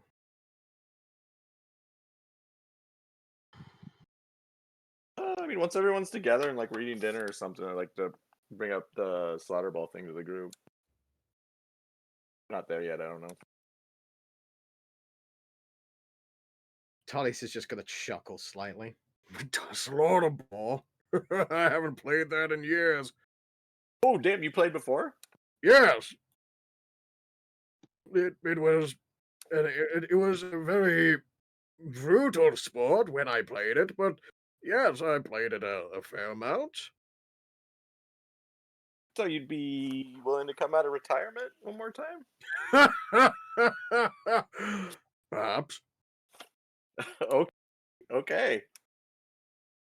Technically, well, with you, that would with our if everyone else in our party wants to partake, that you'd make a full roster, at least a full fieldable team. With all matters of respect, Mr. Branich, we aren't exactly. We're still missing one person. Still, I thought. Okay, I miscalculated. I thought the numbers were okay. Yeah. So what We about need 8. Excuse me. We need 8. Yeah. Well, I was thinking. We get the guy in the wagon out there in here, and then that way your son will also be safe in the second ring. Rovan? Yeah. Problem solved. You see him grow partially pale at the mention of that. Is that a is that not a good idea? Seems like the right sort of fellow. He's scared of him. Gives Dune a bit of a side glance of shut the fuck up before he I have the biggest toothy smile on my face, laughing at him.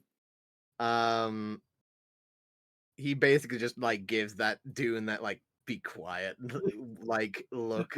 However, you know full well that Dune kind of hit like the proper bingo spot on Tullius's honest intentions when it comes to Rovan.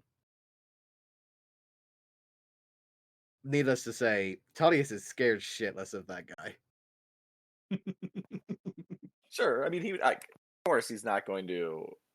I wouldn't. Come on, Professor, spit it out. Yeah, I wouldn't let him get into the city, or at least I'd tell my dad not to if he had plans on hurting you. Like, you'll be fine. You'll be safe. Vrek is going to look over towards you, Professor, and will telepathically speak to you. Okay. If you are wishing for me to kill, then I will sadly need to step down. I will not partake in a waste of life. It is not right. It is not true to what we are supposed to do here. If we are merely killing people for sport, then we should be doing that to our enemies, not merely residential natives of this land. As someone who is from here, from the earth, I do not wish for our people to return to it merely because of the fact that people find it fun. From how I Nah, understand, that's gonna hurt that. is death was just kind of implied, though, right? It's not like actually part of the sport. Tullius just looks over at you, gives like a shrug of his shoulders of like, it can happen. Okay. Yeah. I mean, I'll just. Can I tell? I can't telepathically communicate back to him, can I? At that type? Vrek, no. He can only do Okay. it to you. Yeah, I guess I'll just like if just say yeah, I don't think we're not setting out to, but it could happen. I understand Setting up to do what? if you just want to sit this one out. I get it, or force you to do something you don't want to do. Coward. It's just not his way. I see his point. I'd be sitting out as well. I don't think it's Damn. a good use of our time. Do roll Additionally, with his my eyes. diamond bag is quite empty, don't you see? I can't bring you idiots back. Yeah. You know how to do this? We can get we get it. We met the gnome from the on the ship. You know, there's that gnome that had the bag. Remember him? He told us there was Yes. one that had one somewhere in the world that had a bag worth 10,000 a draw. I met him Mm-hmm. today, and one of the players on the team we'd be facing has that bag.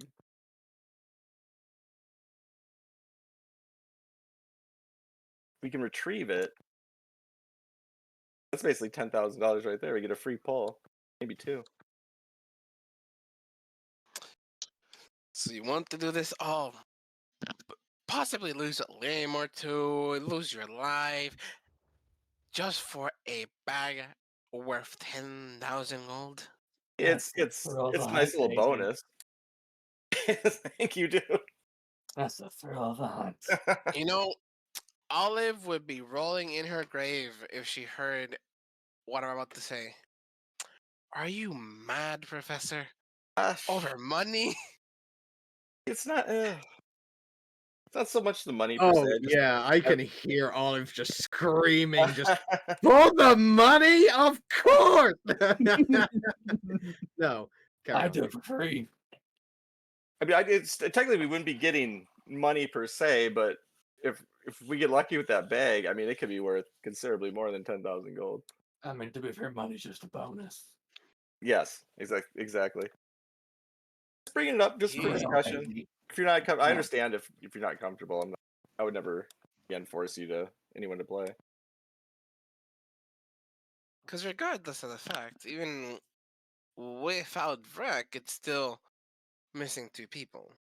Yeah, I talked to a guy that could potentially get us a couple people, but I mean, it's So a guy who knows a guy. yeah, essentially. I'm also under the impression that a full team is quite a bit more people.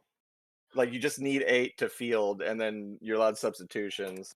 I mean, we'd How be. many? What was it, Rob? I remember, wasn't it like 20? There was some You high can number. have 8 players on the pitch, but you have 12 substitutions that you can also 12. do. Yeah, So you can have up to 12. 20 members. There it is.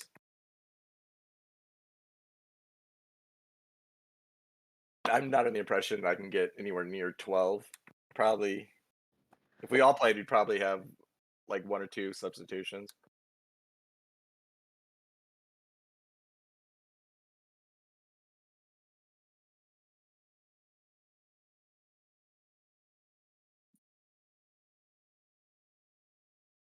I mean, I'm still down to do it, but I guess it's up to you guys since you're all boring.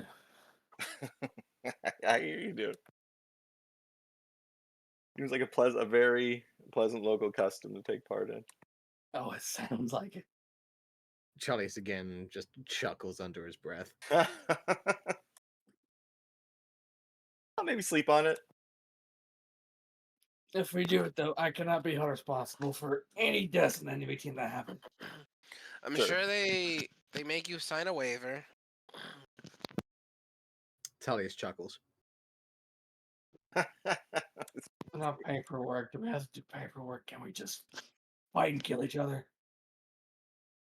Daisy, if you don't want to play, would you consider at least being one of the substitutions so you can heal us in between?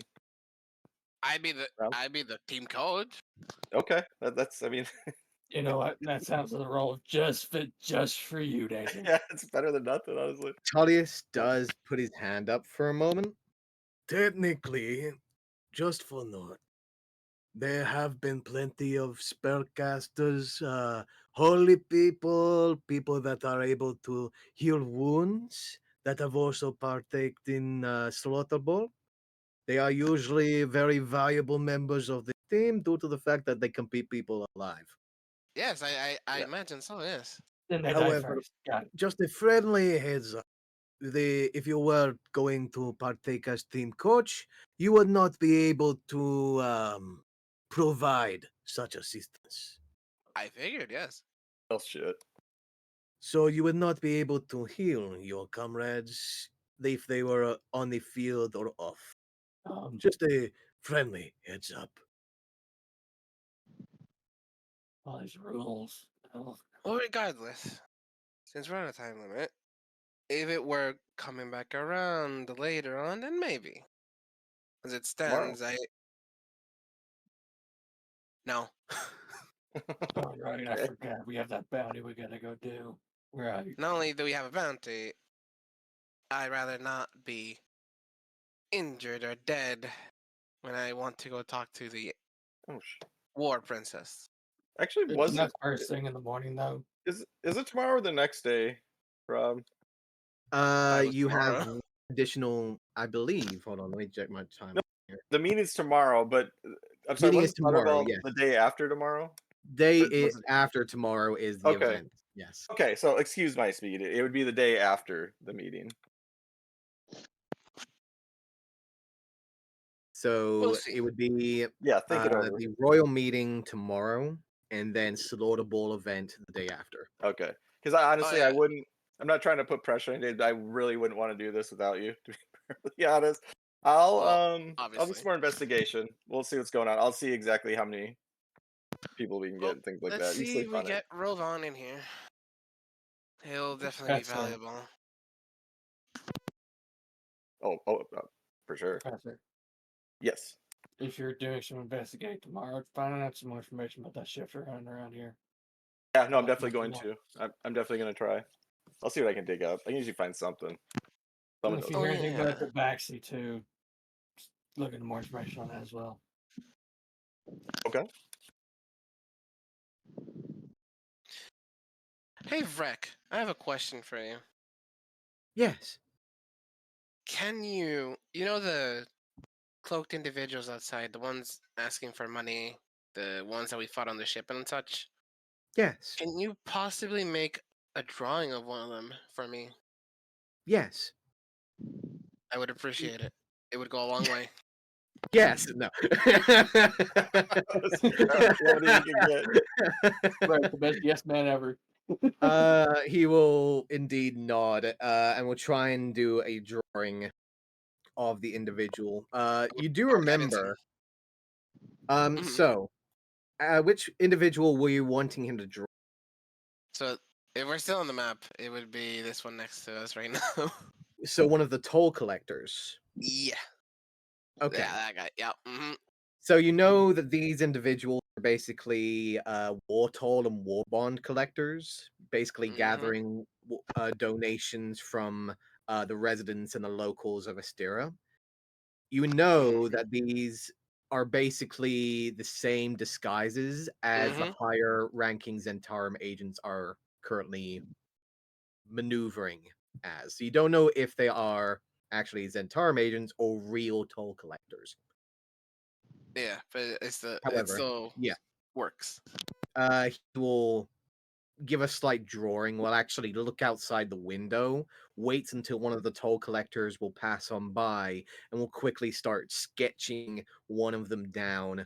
As they start passing by, will sit down outside of the fountain, will just carefully just write and use the painter's kit, thank you, to carefully sketch until they have a relatively decent looking drawing of the toll collector that is maneuvering at the fountain. Throws a few coins into the dry bottom, where you do see a few copper currently are resting at the bottom of the dried up fountain at the side, before he will eventually step away. Freck does now have a picture of the Estera toll collector.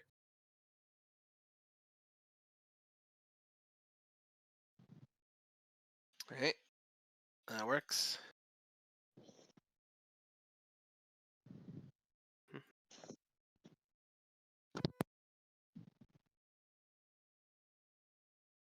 All right. He will hand the piece of parchment back over to you, Daisy, whenever he is done. Thank you, Vrek. Nods. Goes back to his own personal business.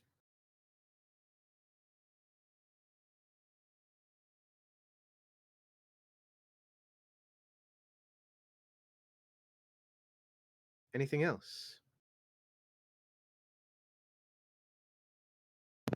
That's it from me. That's it for Daisy. Okay. You too. That's it for Dune.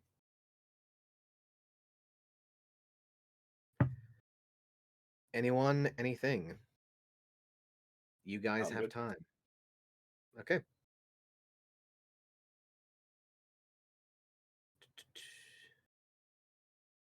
If there is nothing happening, then time will pass.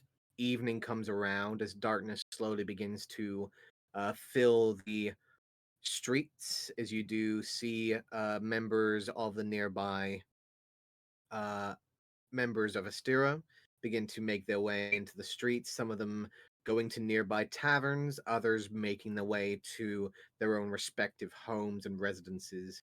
However, you do see that there is a relatively decent nightlife within the second ring of Astera.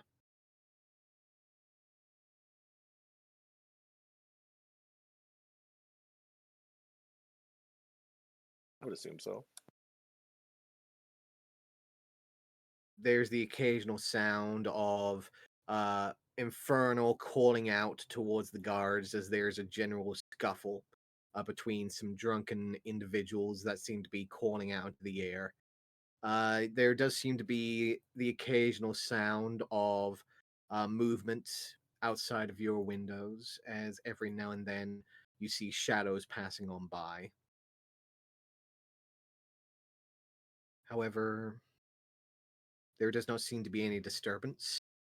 Eventually, you do see Fleep, the goblin butler, will eventually appear alongside Roger, as he will step his way out, as Mr. Howard will look over towards everyone, will smile for a moment before looking over towards you, Daisy, holding 2 pieces of paper in his hands.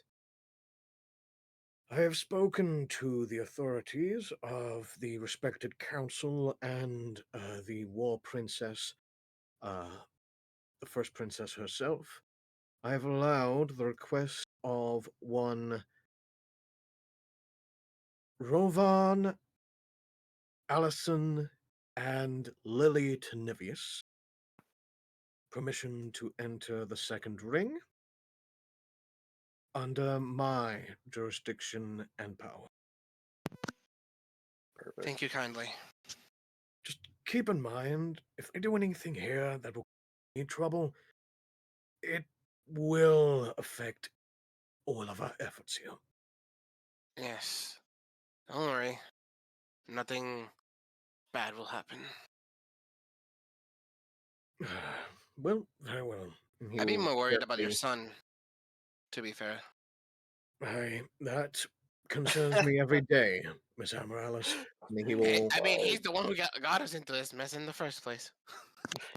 he will hand you the 2 signed pieces of documents, as you do see what seems to be a very fine looking seal laid in wax at the front of the 2 scrolls.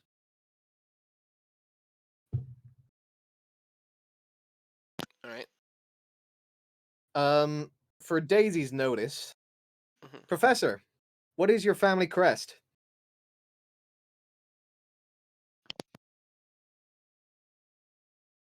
What would be on the wax seal?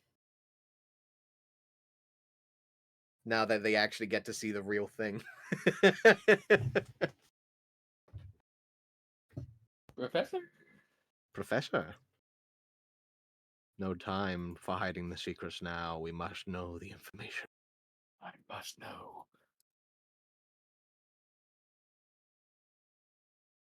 I do believe, last I checked, it was essentially a. Quote me if I'm wrong. KB. I'm sorry, what? Huh? Apologies. What is your family's crest? If you do not remember. I don't know that we ever decided I think it, we did. honestly. Did I we? think we did, and I did write something down, so go ahead and quote me if I'm wrong. Okay. I believe your family crest is an open tome with crackling lightning filtering from the pages and a single 4-leaf clover resting atop the front.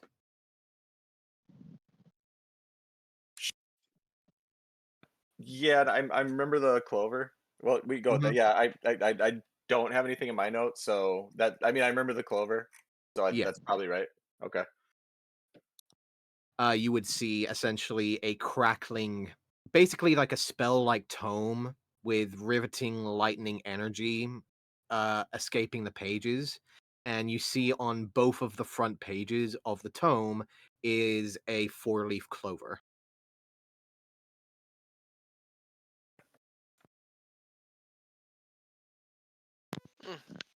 Quite the nice crest. Do you say that to Mr. Oh, Howard, yeah. or do you say that to Oh. Rudiger, or just both in general? To Howard. He will nod. Oh, thank you. My father made it himself. Of course, it has changed over time based on the quality and the luck of our people. But of course, that can always change in the blink of an eye. Mm-hmm. Indeed.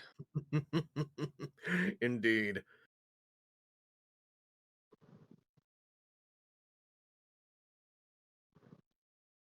Anything else anyone wishes to do at this time?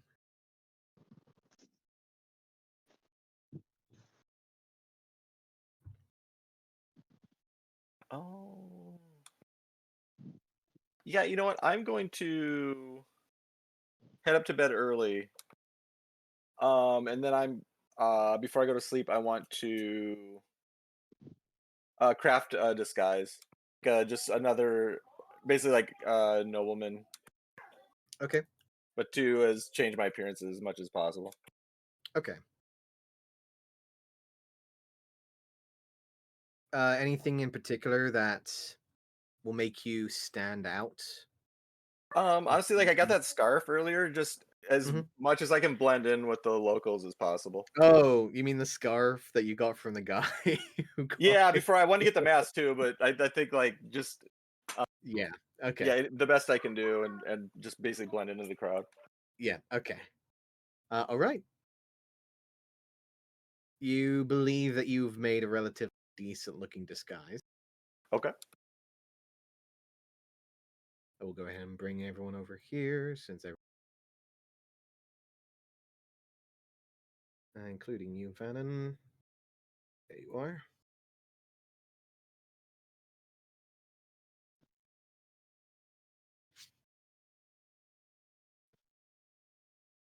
All right. As you guys start to settle down,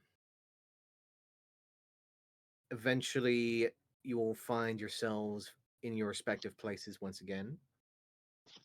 Some of you finding a guest room, some of you relaxing down in the main living space.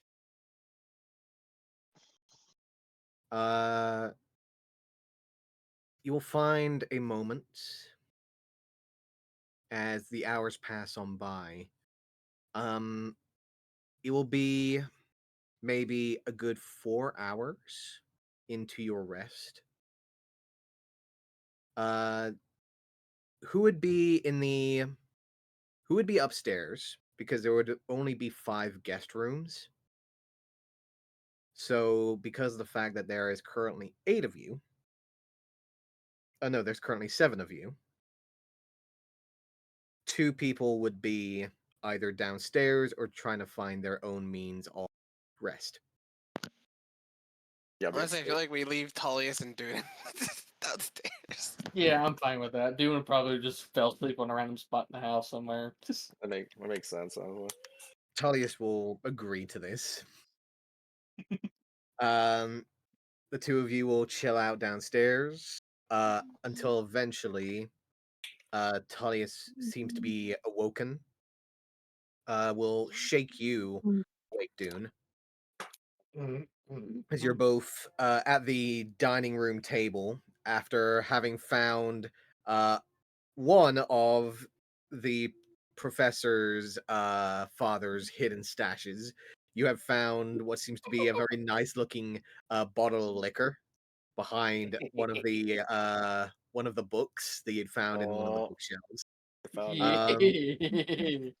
yeah. And it's he recognizes as nothing too fancy, but seems to be relatively native.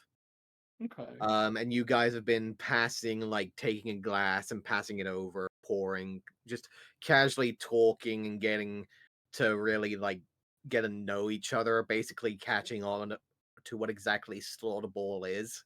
hmm As you probably, after hearing that he's played it before, probably have your own questions about it, and we're probably getting the genuine idea of what exactly are the rules to a game that has no rule. Oh yeah. But eventually, after passing the glass over and over again, you both eventually pass out at the dining room table. Tullius will wake up after hearing a knock at the door, will hungoverly just look over towards you, will shake you awake. Dude, don't, Mhm. uh, God, Oh, God's Tobias. sisters, why? For What do no, you want? the next time that we have any means of liquor, we must also provide ourselves with water. What the cowards do. Sometimes a coward's way is a way of surviving the next. Never. And you'll see him immediately walking over with the glass that he had originally used to pour the liquor, which you now notice the bottle is empty. As you carefully look it over for a moment, he comes back, downing what seems to be a large glass of water before coming over and placing the glass in front of you.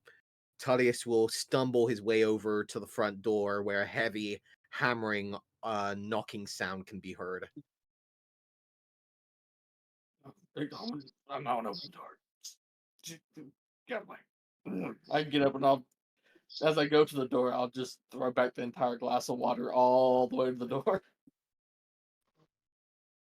Down the Um, glass, chug it down. It doesn't exactly help right off the bat, but you have a feeling that maybe later on been a decent thing to chug that sucker down. mhm. However, you make your way over, carefully pushing Tullius aside as he will recognize that he is not wearing a disguise hat at the moment. Yeah. Is still just Tullius. Will give a nod and will make his way to the side.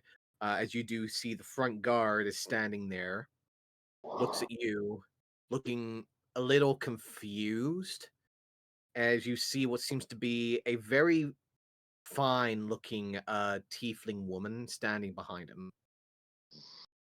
You see what seem to be relatively very pale, almost porcelain white skin that seems almost perfectly clean, as there is a slight shine shimmer to the candlelight that she's currently holding in a lantern in front of her. You see that she's currently hooded, wearing some very militaristic clothing, as she seems to be looking inside for a moment, looks at the guard, looks at you, as the guard is looking at you, Dune, confused.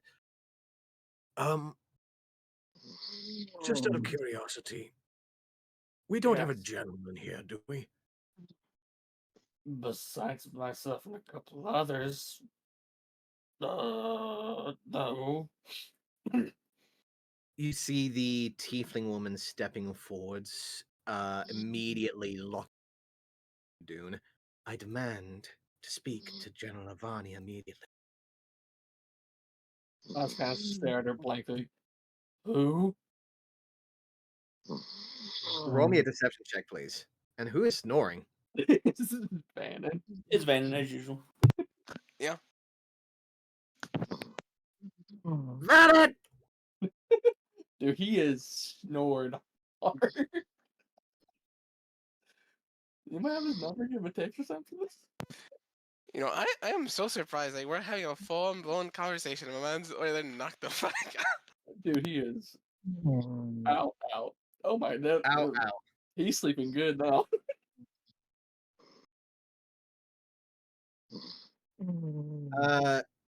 Yeah, I'm gonna go ahead and Yeah, unfortunately. you know what? Let's go ahead and I'm gonna move him over to the GM. Just see if that works real quick. If he doesn't, well, we'll have pretty pleasant GM conversations. So, the tiefling woman is gonna look at you. I do need a deception check. 5, fantastic. Yeah. She is gonna look at you, staring you down. Enough of the bullshit, Shifter. I already know of your ilk and the trouble it has caused for my people. So I suggest, before you lose your tail and your ears and every single fiber of your hair that I will skin from you, that you return me to the general at once. I would just give her like a drunken smile. Thank you. Uh, I'll I'll kind of just close. Give me a minute. And I'll close the door. And I was kind of like trying to look at Tullius and just tell him to go upstairs and just like, Easy. You'll see him like holding on to the side of the corridor.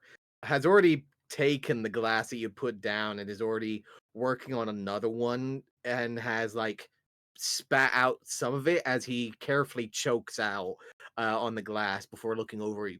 Yes, of course. Before making his way up the stairs, drinking the remainder of the glass that he had not spit out across the floor.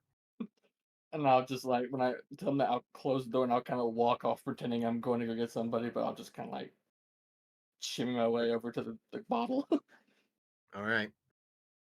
You make your way over to the bottle. There is nothing left inside that bottle. You guys have completely drained that bottle of any liquor remaining. Sad noises.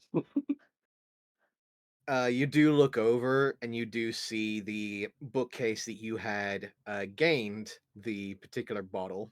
You do see a few books have been pulled aside, leaving the small gap in the concave of a wall. And you do think for a moment, if there's one, looking around the bookshelves, there should be more. Oh yeah, we looking, baby. However, as you are thinking that, Daisy, as you are sleeping soundly, resting within the guest room, you do hear the sound of approaching footsteps approaching your door, before eventually the sound of a brisk knock can be heard directly outside. What is it? Tullius, June says we have a guest of some sort. This hour? Daisy will get up. Open the door. Bows a bit unbuttoned on the top. What is it? Someone apparently is. I don't know. June didn't really say. Just said to call for you. Alright, I'll head down. Daisy will actually rush down. Okay. Still messed up hair. You get a quick glance in the mirror and you do see that morning hair tossed over, very clearly not in your usual standard of preparation. It's Uh, fine, I've been traveling enough. yeah, you make your way down, the stairs. Tullius does seem to follow directly behind you. However, eventually the two of you will funnel up behind Dune, who is still standing in the doorway. Dune, you do stand there looking over What is as it? Daisy and Tullius both approach. I'll just kind of motion Tullius to go back to his hiding spot, and I'll say, "Daisy, we have company." And I'll just like kind of open the door for her to see our guests. You see, in standing in front of you once again, a very pale looking tiefling woman, who seems to be wearing some hood over her head. However, you do see what seems to be relatively dark looking leather armor that seems to hug her form. Uh, Very militaristic. Cold eyes, hair brushed over to one side, partially shaved on the other, displaying the two horns that rise and fall over. You see what seems to be small etchings along the chest and shoulders, as if there have been like small brand like markings or tattoos. Uh, as Dune, you do look over them for a moment, you do recognize that these are works. Essentially, each time that a warrior gets a kill, they would occasionally mark themselves by making small cuts across their skin. And you can Mhm. see that there is distinctful lines of these marks across her bare chest, where the armor does Instant not seem respect to points for follow. me. Instant respect points for me. But she will continue to give a very stone, cold looking look. As the door opens, she will immediately fix her eyes onto you, Daisy, as you are standing there. You are not the one I was looking for, or the one I was asking. So again, I would like to ask, where is the general? Does she seem like one of the members from the picture that Rovan had in his house? Of their group? Roll me a history check. Alright. Come on, where's my history? Come on. Fuck! That's Dang. too. You woke me up at the wrong time. Just for notes, I do have a picture of this individual, but I don't want to give away the name. So, Yeah. just for note, this is the individual that is standing in front of you. It is currently in Rob's game. She is standing outside of the doorway, looking directly at you. Wet leather-like armor that seems to cover most of the vitals, however, does display the markings across her chest. She will look towards you, Daisy, staring you down. I'll stare her narrowing up and her down as well. May I ask who's asking? That is neither your concern, Koinos. I suggest that you put me in the right direction to my former general, or at least give me information to his location, since the last time I checked, he's here. Let me ask you one thing. Who do you trust? I trust my general. I want to insight check her. Inside check. Mm. Cold. Doesn't seem to show any signs of betrayal, any signs of deception. She is clearly telling the truth in some form of manner. Hmm. My last question would be, what do you think about Canvigar? Can Vigar? Yes. You mean the new Yes, him. As Daisy narrows her eyes. You see her tilt her head slightly. A slight smile rises to her face, which is the first time that she's shown it, before immediately spitting toward.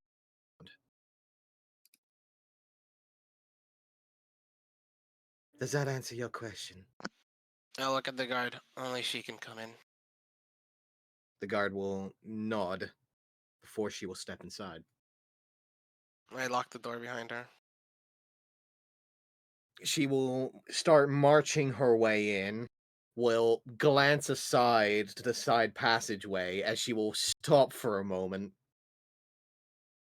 Dune, you'll recognize that is a side passageway that Tullius had gone down to hide in. As she will immediately stop and will immediately stand to attention, placing her hand over her chest, and will bow her head directly towards the individual around the corner, as you do see Tullius stepping forwards around the corner, giving a very, very close and very long inspection at the individual in front of him.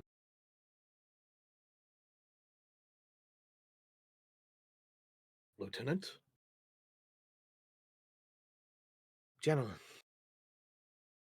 we have awaited your return. Is the plan still going forwards? You'll see Tullius gives a long look for a moment, eyes wide, gives a slight side glance towards both you, Daisy, and Dune. Welcome back, Vannon. Yeah, this meeting is kicking off for me. As you see him blink, will slowly nod his head. So far, yes. The plan is still ongoing. Please, do enlighten this poor weary soul who just woke up in the middle of the night. What's plan? You see the lieutenant that General Tullius has called her, or at least stated as her title, will look over towards you, Daisy, narrowing her eyes slightly, as she seems to be like about to speak. This is not a matter of your consent, and you'll see Tullius raising his hand.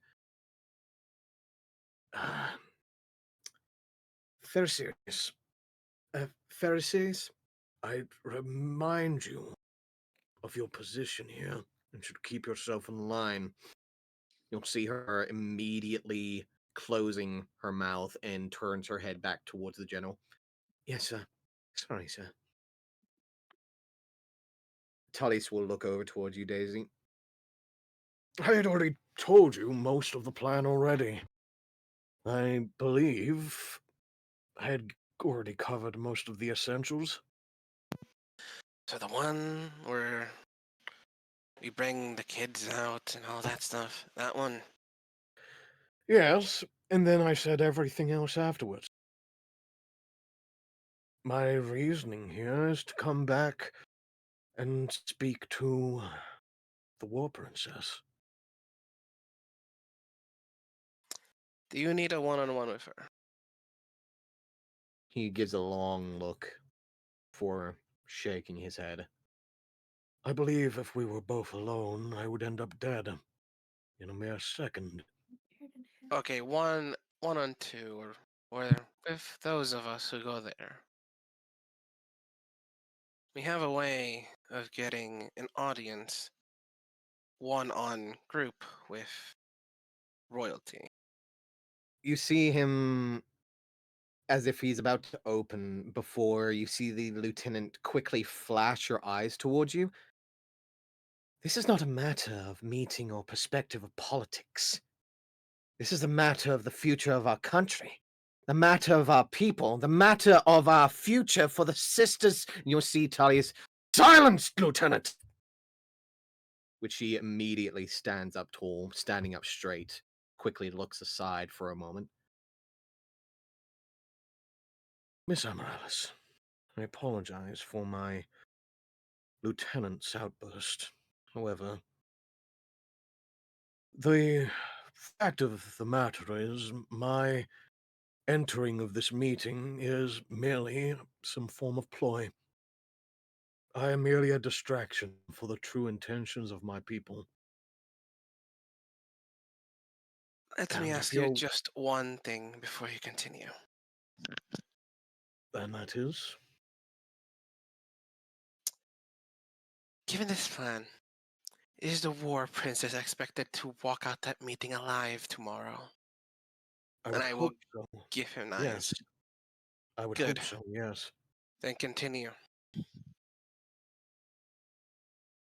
The original plan was for me to be captured, brought into the inner sanctum of the main confines of the first ring of the fifth ring, and possibly be placed into the inner sanctum cells of the royal council. I would then have an informant allow me to have my personal means of escape and gathering information that could possibly criminalize the council of the first princess, along with possibly gaining information on future expeditions that she may be placing forth for not only my people, but any other particular allies that she's been keeping from us. During this particular excursion, my people on the outside, amongst the large camps of people outside of the first ring wars, were to cause a distraction, a small minor siege to the walls that would only cause temporary damage and would cause maybe minor injuries to the people up top. It would be mostly to cause chaos and to cause some form of madness to disperse the main forces of those that sit outside the gates, to allow a number of my own personal people to infiltrate the inner workings of the first wars and the second wars to maybe gather further information within the capital itself. The original plan was to have my original company of around about 250 men to essentially create this distraction and allow a number of maybe 20 individuals to make their way into the first and second rings, to allow me to have informants within the capital, to allow me to gather information against the war princess and any further excursions that she may have to hinder our people, or perhaps even further purge our people's population that she has continued to do towards the north. I was hoping that I'd be able to do this without having anyone else involved. However, he will look over towards the both of you. I was not planning for a certain group to come by my way. Yeah, sounds like you shit out of luck, buddy. Yeah, we do have a certain tendency to fuck shit up. Especially me, I like doing that. It's fun. So, frankly, the plan was the moment that I had entered that meeting, the moment I had a moment to step forward into the limelight as I would be announcing my particular performance to keep her eyes on me at all times, to allow the distraction and the main forces of her people to be focused on the inside, not the outside. If you're still willing to provide me particular distraction, we'll look over towards the lieutenant, then the plan could still go forward without a hitch. There's two things I wish to accomplish tomorrow in this meeting. One is to lift the martial law of Anikotal. They are our friends. They are more than valuable allies, and I wish to repay their sacrifice some way. Second, I want to bring down the true enemies within. And for that, I have to speak with the War Princess one-on-one. So, how do you wish to do this, Tullius? He will take a moment, looking over towards his lieutenant, who will again be looking away from your general direction, as he will think, ponder, pacing back and forth. You can see his eyes crossed, giving that slight squint of concentration, trying to think of any solution that could possibly link both of your plans together without any consequences. However, it seems as minute after minute after minute passes and he continues to move over, you do see him retaking the glass from the table, moves over towards the decantless of endless water that is fused towards the wall, and will pour himself some fresh water. But will eventually step his way back over, takes another drink. I do believe that we might have a way where we have both of what we need to be taken care of. Then It pray will tell. still be a distraction, but you will be, at least, per se, the heroes of the situation that could cause you to have some favor. We will continue to have me as your retainer, as you some form of servant to get me in and allow me to get within the meeting itself. During this meeting, if you are wishing for me to allow this distraction while I still have the audience of the council and the members of the population that are higher standing within our own, see this little display and then have your folks subdue me, then possibly you can gain some favor with the War Princess to allow you to have whatever favor you may ask of. I'm not the best at acting, that's one. But I'm also been known to be gullible.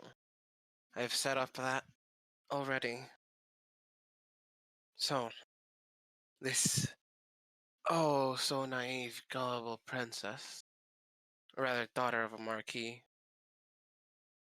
did not know that her servant was a wanted fugitive, wearing a oh so handy hat of disguises. if you're wishing to have someone speak on your behalf, if you're not the persuasive of people, I that would am be the quite most persuasive. recommended. However, yes, if you're wishing to be the ones that put me down, so to speak, at least I'll have the knowing that you won't kill me in the act. Hmm. Yes, I can arrange that. I can attempt to use hold person spell on you, and then have Dune subdue you. Or we could possibly have a secret word that can be said that it would allow you to have some form of trigger that would basically allow me to surrender to whatever whim that you may have for. Hmm.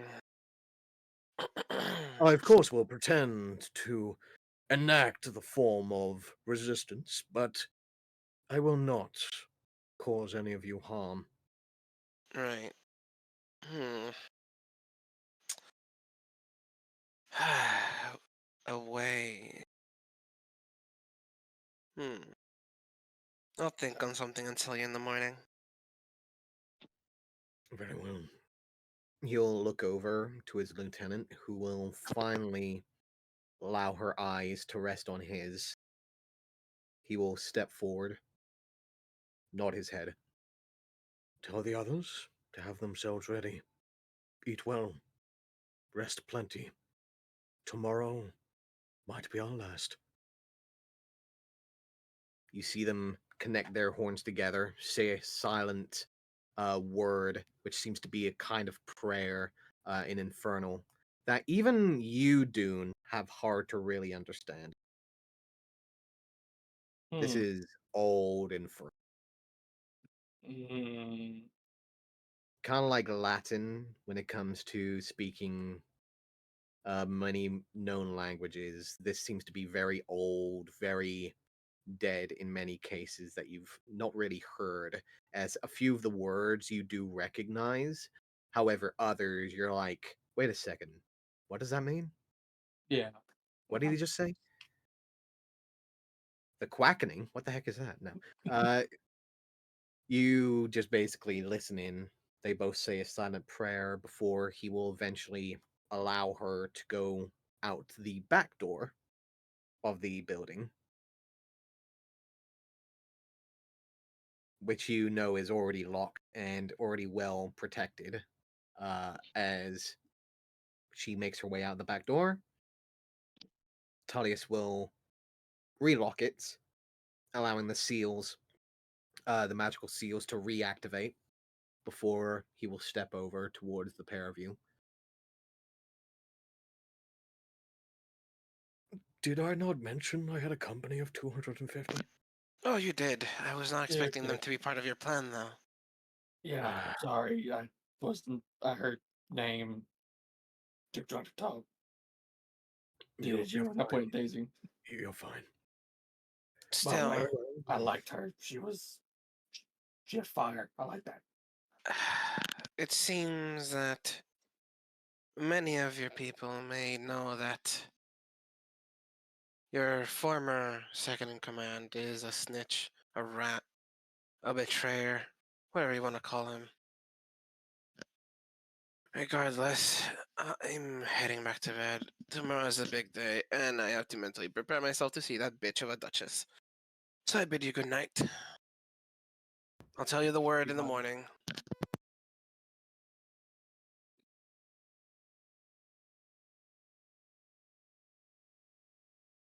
Very well. You will make your way back to your room. Dune and Tullius, you both quietly discuss amongst yourselves.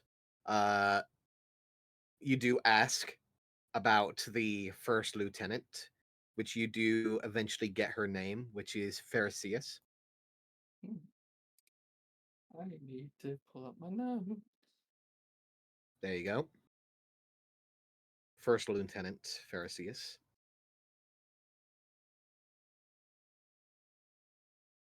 Thank As you. you see him eventually go back to his original rest, you will also eventually fade away. hearing the slight cackling chuckle in the back of your mind as you fall into consciousness.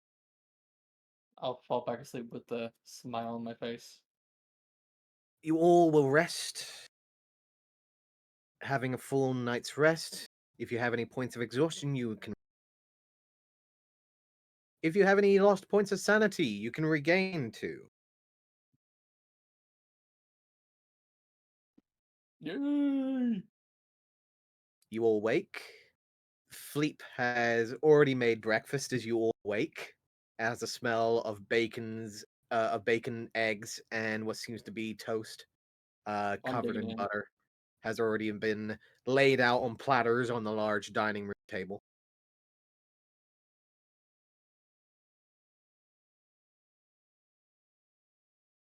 You'll see both Tullius has already fitted on his hat. Let's see which one he's getting today. 1. He is. What are you, Tullius? What are we today? We are a Dragonborn. Black Dragonborn. Oh yeah. You see him put on the hat as you do see him slowly shift. The smoke covers his form until you see what seems to be a relatively buff looking black scaled dragonborn with a leather shoulder guard holding a large great axe on his back. Seems to be basically like a very rudimentary guard, like bodyguard styled like individual. That Tullius looks down at himself, gives a slight look down at himself, like, okay, I wasn't prepared for this. We'll go over to the mirror and just gives an inspection of, Well, wait a second. I was supposed to be a retainer. Now I look like a bodyguard. blast. He will just make his way back over to the table, starts digging My in. screen has 2 bodyguards. Wait, so which one did he roll? He rolled a black dragonborn that seems reasonably Ah. buff and seems to be very tribalistic. Covered in leather armor, small bones protruding from the shoulder guard, holding a sheathed great axe on his back. Obviously, actually touching Tullius, there is nothing there. Like if you try and put your hand through the handle of the great axe, there is nothing there. It just goes through like an illusion.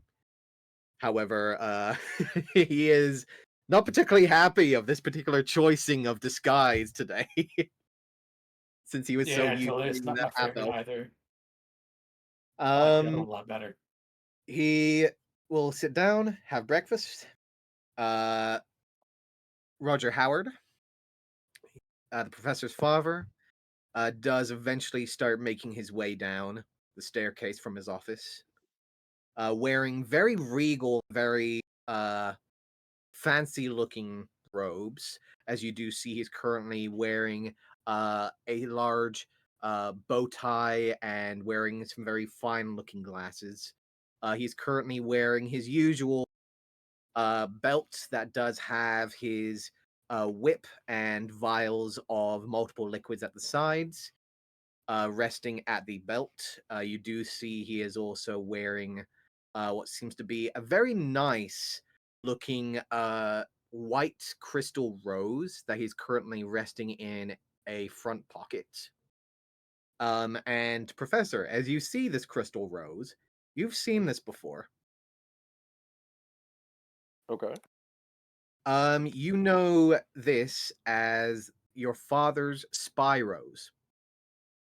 You would know that essentially the center bud of the crystal rose is essentially a recording version of Scry that he is able to essentially transmit the shot to his home base in Strixhaven. And you would usually know that whenever he's going in espionage or is getting into meetings where he needs to remember very detailed parts of information, he always wears this particular piece of jewelry just to make sure that everything that is said is recorded, that he can take for personal Okay. note. Excellent.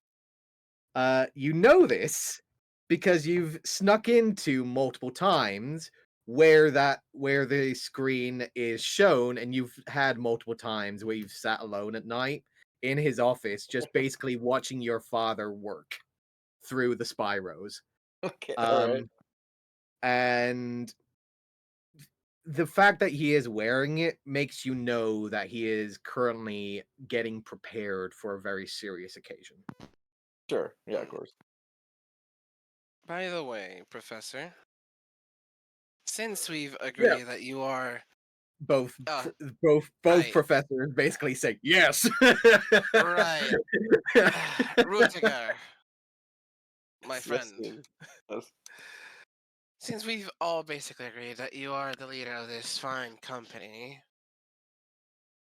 Sure, may certainly. I request that since you are our captain, I borrow the role of vice captain just for today. Oh yeah, no, go do what you got to do. You're all about Excellent. the audience is a princess. You do you, Daisy. Yes. And then, now my question for Roger is, do you know the name of the deity that those masked fellows outside follow, the ones in white? I think you said it yesterday, but I can't remember the name. Yes. I do believe I did mention what exactly they praise. They do seem to follow an individual by the name of the Crow Keeper. Usually, this individual has very fine unlikeness towards death, or more particularly undeath. And in many cases, because of this, uh, there has been many signs of uh, people that praise him to not really display their faces as if to welcome death into their lives. But also, it allows individuals that praise the Seven Sisters to also praise the third sister. Oh, no, more specifically, sorry, the seventh sister. Hmm. Alright. Then I'll look at Tullius and like, well, I guess you're my second bodyguard today. He'll just give a slight chuckle under his breath as he'll look over. So much for being a retainer. Yes, and actually, this may fit to our little plan. Yeah, You'll Tullius, no more having it enact, easy. you enact your plan when I'm talking about the flight of Anikotal. And then, when I say the following words, is when you'll stop struggling. Words are, my dear fellow, I speak for the plight of people like yours, but please, wait for your turn. He will take note of the words that you've spoken, give a slight nod. Very well. I will do what I must. And I will depend on you to do what you must. Just please. I'd prefer not to die today. Oh, since we're at that topic, you want to leave the thing with me? Or you He'll rather look go over with it? toward you. He'll look down, and you'll notice that the pendant is not on him. Oh. I've already made preparations. You see him smile for a moment. The I same have a kind of smile feeling. that you saw from the first lieutenant. The moment you said it, you made preparations, I have a feeling I know exactly when you did it. I have no idea what you're talking about, Miss Amaryllis. Perhaps the night had gotten to your head a bit too much. What do you You see mean? I him had just smile. woken up. I was You groggy. see him smile in his draconic form before eventually returning to his. Howard seems to be quietly listening to this conversation as he will sip from his cup of coffee. Will reach over, take a single strip of bacon, and will start nibbling on it as he will sit back in his chair. After a moment, Fleep does appear from the kitchen holding the brand new day's newspaper in his hands and will immediately rush over to Howard, who will take it up, unravel it, and will begin to read on the front.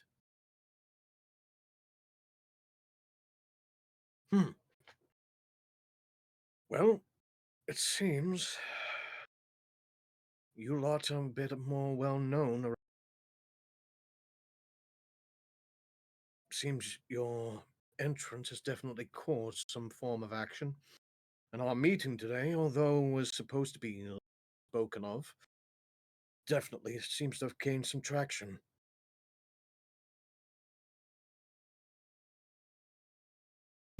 You do see him turn the front page of the newspaper towards the group, as you do see Queen of Koinos to join today's royal meeting. How the fuck do they know that? I look at Tullius. You see him continuously eating. Doesn't even look in your direction. Insight check this bastard. You may roll. Although he is doing his best to stuff his mouth with as much breakfast and eggs and bacon as possible, you can still see that he is grinning at that mention. You know, if you die, I want your spy network. If you're wanting that, then I suggest you keep me alive. I plan on it. You see him smile, stuffing another strip of bacon from the plate into his mouth. It's pat quite him on the back clear and I as you're cast. insight checking him as well that he is stuffing his face as quickly as he can, kind of like it as if it is his last. I pat him on the back and I cast Death Ward. Okay. Insurance, You you know. cast Death Ward. He will give a look over his shoulder of recognition before nodding his head, and will continue to eat, but not as fast.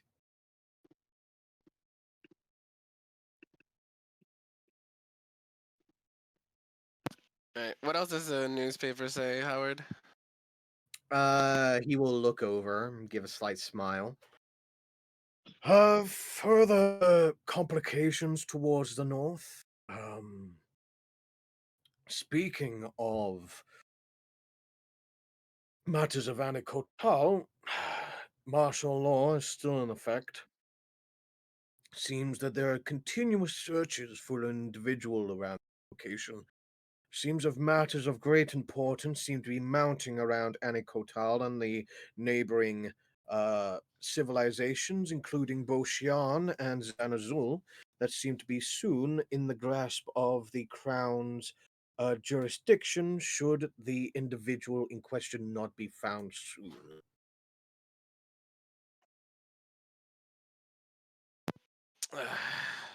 Any further information of this individual, you should the royal guard, blah blah blah blah blah, yada yada yada.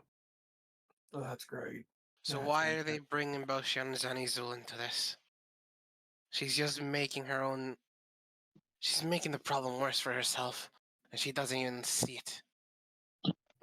This makes us sound like you know what's happening down there, my dear Daisy. He'll turn a page of the newspaper. Well, we did have to flee Anikotel because of this martial law. You see him look up for a moment, tilt his head slightly. You didn't mention that before. Well, it's because Since our group is a diverse bunch of people, your son has quite a few illegal items in that bag of holding. And they were searching He just people leaving the gates. he looks over towards N- you, Not Rudiger. his, mind you. This is actually roll me in it. This is actually something else. He's looking over at Rudiger, not in anger or like frustration, more of oh. Is he proud of him right now? He's looking at him in the like of, well, are you gonna show me? Ah, It's he helped me basically in like sentence. it's just basically like that thing of, yeah, he had illegal items in his bag of holding. Really, do continue. It's just like that thing of just like that look of, oh, how illegal are we talking and how entertaining is it gonna be for me? Is it? Okay. He Yeah. had No. the black market currencies.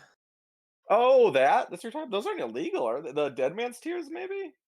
Yeah. Like To the I'll. normal populace, yes. Oh yeah. Yes. Yeah. Don't we No. have like soul Black coins market too? currency is illegal. Is the Like, I thought yeah.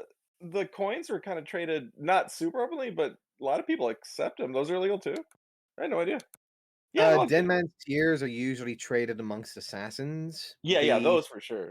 The Jester's Gold is usually traded amongst some of the more shady gray market individuals that don't normally partake in more of the favorable parts of civilization.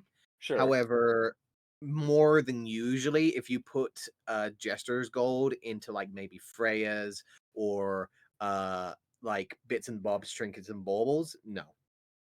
They would not accept it. They would Sure. basically be telling you, "Hey, you shouldn't have that." Sure. Yeah. No. I'll bust it out. I'll dig into the bag of holding, pull like a coin purse with the Jester Gold, a pretty large one. 'Cause we have like what over 1,000 at this point. And We then have yeah, a lot of jesters, dude. and then like a tinier pouch of the dead man's tears, and just toss them over to him. He will immediately close the paper, catch the first bag, looks inside. Oh, Chester's Gold. Yes, yes, I've come across this in the past before.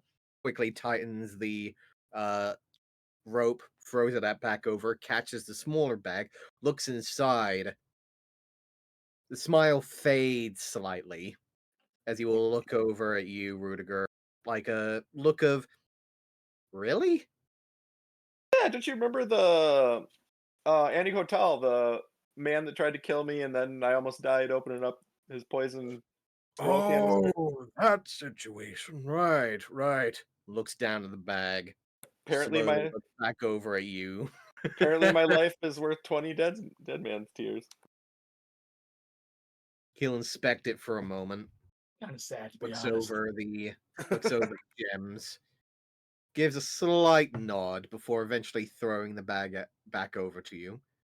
Let's take them both and Well, stuff them back in the bag of holding. try and be a bit more careful, will you, dear boy? Certainly. Yeah, that's Nothing else primarily. to notice? Nothing. No, Nothing. that's really all the illegal stuff we have. Yeah, we're gonna like genuinely go down and start digging in the bag. Well, we do have I the th- Zentarum stuff now, but that wasn't there before. yeah, a couple of Zentarum pendants, if you're Yeah, interested. but we didn't have those before. Those are new. Oh, what's the? We didn't get his take on the. I've never showed him that. With that horrible pendant was it like evil magic or something. The one we got off the guy in Fort Ridian, The right? crow amulet. Yeah, yeah, yeah, yeah. I'll slide. I'll like slide it across the Oh, table and just say, What do you make of this?" He will look down towards it. The moment that it slides in front of him, he will immediately close the newspaper, fold it over, place it down onto the table, and will immediately take out a small magnifying glass from his inside pocket and will immediately begin inspecting you. Not illegal, but it just I don't know. The thing emanates something. I don't feel right to me. Well, that usually does happen when you have a pendant of the Crowkeeper around. The what? The A crow pendant of the Crow Oh, the Keeper. Crow Keeper. Okay. Yes. Uh, if you're not familiar with the Crow Keeper, he is mostly known as the Scourge of Shadowfell. Used to be a particular lover of a more raven-oriented deity of death, Raven Queen. and was essentially not a great person during the supposed war of the great fires that happened within this place.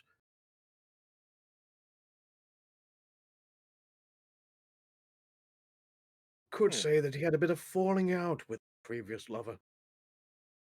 This particular item, however, seems to be some form of medallion or some form of vestment that seems to be holding some form of power of his from within. Maybe some form of channeling effect or some form of focus.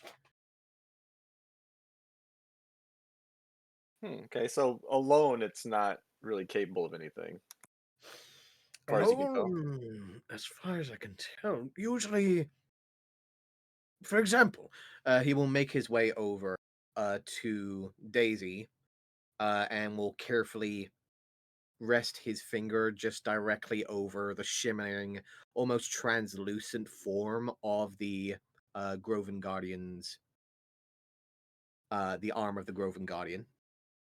like this, for example.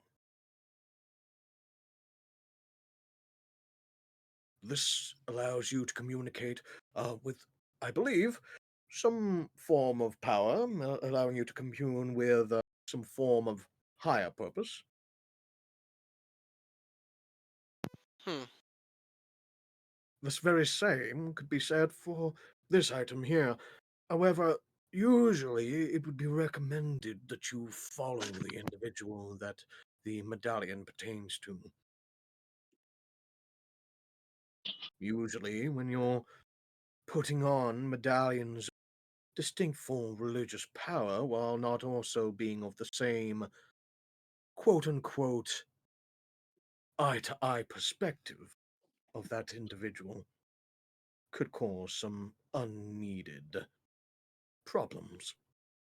Sure. Yeah, I don't think anyone's planning on wearing it. Well, in that case, I'm sure that you wouldn't mind if I took care of it for my own personal research. Yeah. Oh, okay. Go ahead. What's mine is Fantastic. yours. Oh, fantastic. He'll immediately cast Mage Hand to have the medallion lift into the air and have it walk with him towards the staircase. Yeah. Let me know if anything interesting turns up. Will do! Starts making his way up the staircase, leaving you alone towards your large pile of breakfast. As Yeah, Dune, each time that you empty your plate, the small goblin butler will immediately rush over with a fresh plate of piled up bacon and eggs, place it down in front of you. I would just scarf it down. There's a million. You know, Daisy, I really hope you get this, whatever, left off any hotel. I kind of miss that place. And there's still stuff in my face. Yes, yes, you miss Senna, not the place. Let's be real. Well, I bore her. That's the place, yes. Dune, just for Yeah. note, if you are continuing to eat, Fleep will continue to serve. So I'll eat if till I you get full. are Oh, finishing, yeah, you if will. you're finishing your plate, he will continue to give you more and more. I will eat until I cannot take any more. Roll me a Constitution check, please. Okay, let's see. You are currently on your third plate. Heck You're yeah. still going strong. Fleep will occasionally just look over at you as you finish a plate. Will just like, Oh, you're a big boy, aren't you? and just start placing the plate down, piled high with bacon and eggs. Each time that you reach over to the large like rack of toast and it's emptied, he will immediately rush over, place a new rack of toast there, allowing you to pick up more. Alright. However, as vigorously as you are eating, just as much serving as quickly as he can to the lot of you. What a lovely fellow. After the 7th plate, however, I will need another con save. Okay. I will need a con save Con at this save or point. con check? A con save, yeah. Dang. There it is. After the 7th plate, you begin to slow down, and you're like, "Oh, oh God, I'd like to this is avoid the actually splash starting zone. to." You're like thinking, "Oh yeah, there's no way that this guy has so much food that he'll actually like continue to serve me." 7th plate, you finish. You feel like that gurgling in your stomach, and you're like, "This is a lot more food than I've been served before." And then suddenly there's that sliding of a plate and a slam down of another. As you look up in front of you, you see another pile of scrambled eggs and bacon piled high. Fleep will just look at you. You're a big boy, ain't you? Keep eating. And you'll just feel that gurgling sensation in the back of your throat of, yeah, that's done." Yeah. I Do just it. tap the table. Tap the table. Do it. Oh. I just lean back in my chair. Oh, that was delicious. Dune is sitting there with a pile of food in front of him for the first time. That is surprising, yes. However, you all have your breakfast. If there is any preparations that you may need to do, now would be the time to do so. Who's all going to this little shindig? Is everyone going? I think mostly everyone. Okay. Because Rek, I don't think wants to go, but he does want to give me the freaking enhancement pill. I'm going. Oh, enhancement pill. Yeah, it's for my charisma. What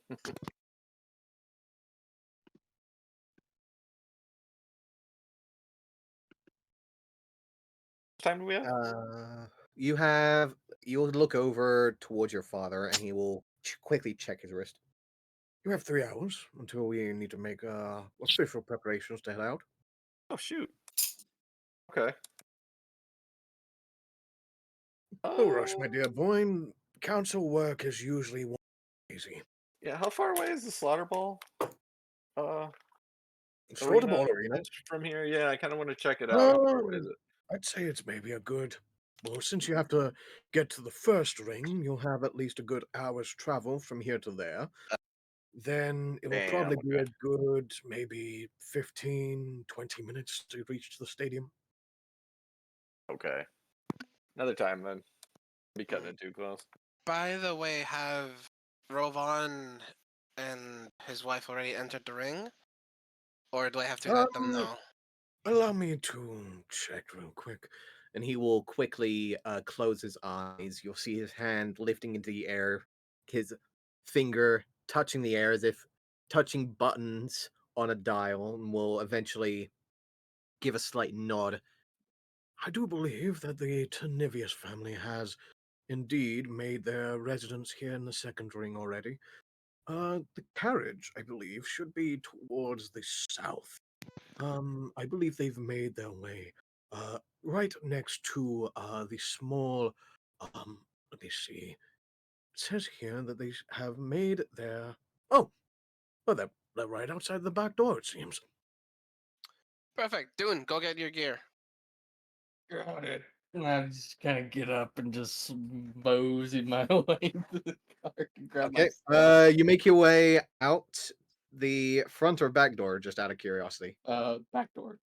You make your way out the back door. You hear the sudden hissing of the magical seals echoing out behind you as you open the door.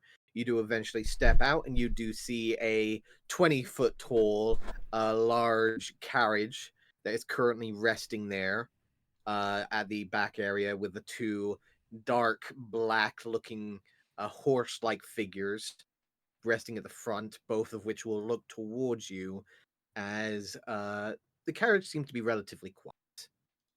The step ladder that leads to the back door is currently down, but the door is currently closed. I'll kind of just go to the car and kind of just knock. And, I need to get my stuff out of here real quick. You knock, eventually, there is a sound approaching steps, and you do see stepping into view, leaning down into the doorway. You do see Rovan with his dark black beard, piercing white eyes, looking towards you. Yes. Oh, it's you. Yeah, morning. You're Sandcastle. Close enough. Yeah, I just need to grab my gear real quick. Yeah, yes. Right. He will open the door as you do see the small blonde figure, the small childlike figure, will look over towards you as the canary that is just as large as her in her arms immediately calls out into the air, screeching out in your direction.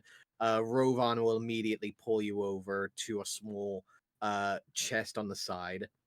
As he will carefully lift it up, and you do see that the chest interior is bigger than the exterior, as you do see that there is a vast number of your group's belongings that are currently resting inside of the chest. Did you try to say it's bigger on the inside? Indeed, it is. Okay. I will So, grab sorry, my bag, my did helmet, Dune, my cloak, and my shield. Oh yeah, I gotta grab my breastplate. I would did, have followed did, did dude. Dune announce he's going out to the carriage? Yes, he did. Sorry, Missy. Yeah, I would definitely have liked to have gone with him. Yeah, I would have followed because I remember I left my breastplate in there. Yeah, there is quite a fair amount of equipment that you guys have left in their possession. And as you guys start making your way through, you do see Rovan looking over his shoulder. Oh God, there's a lot of you. And he Yeah. will Our gear, you know what it is.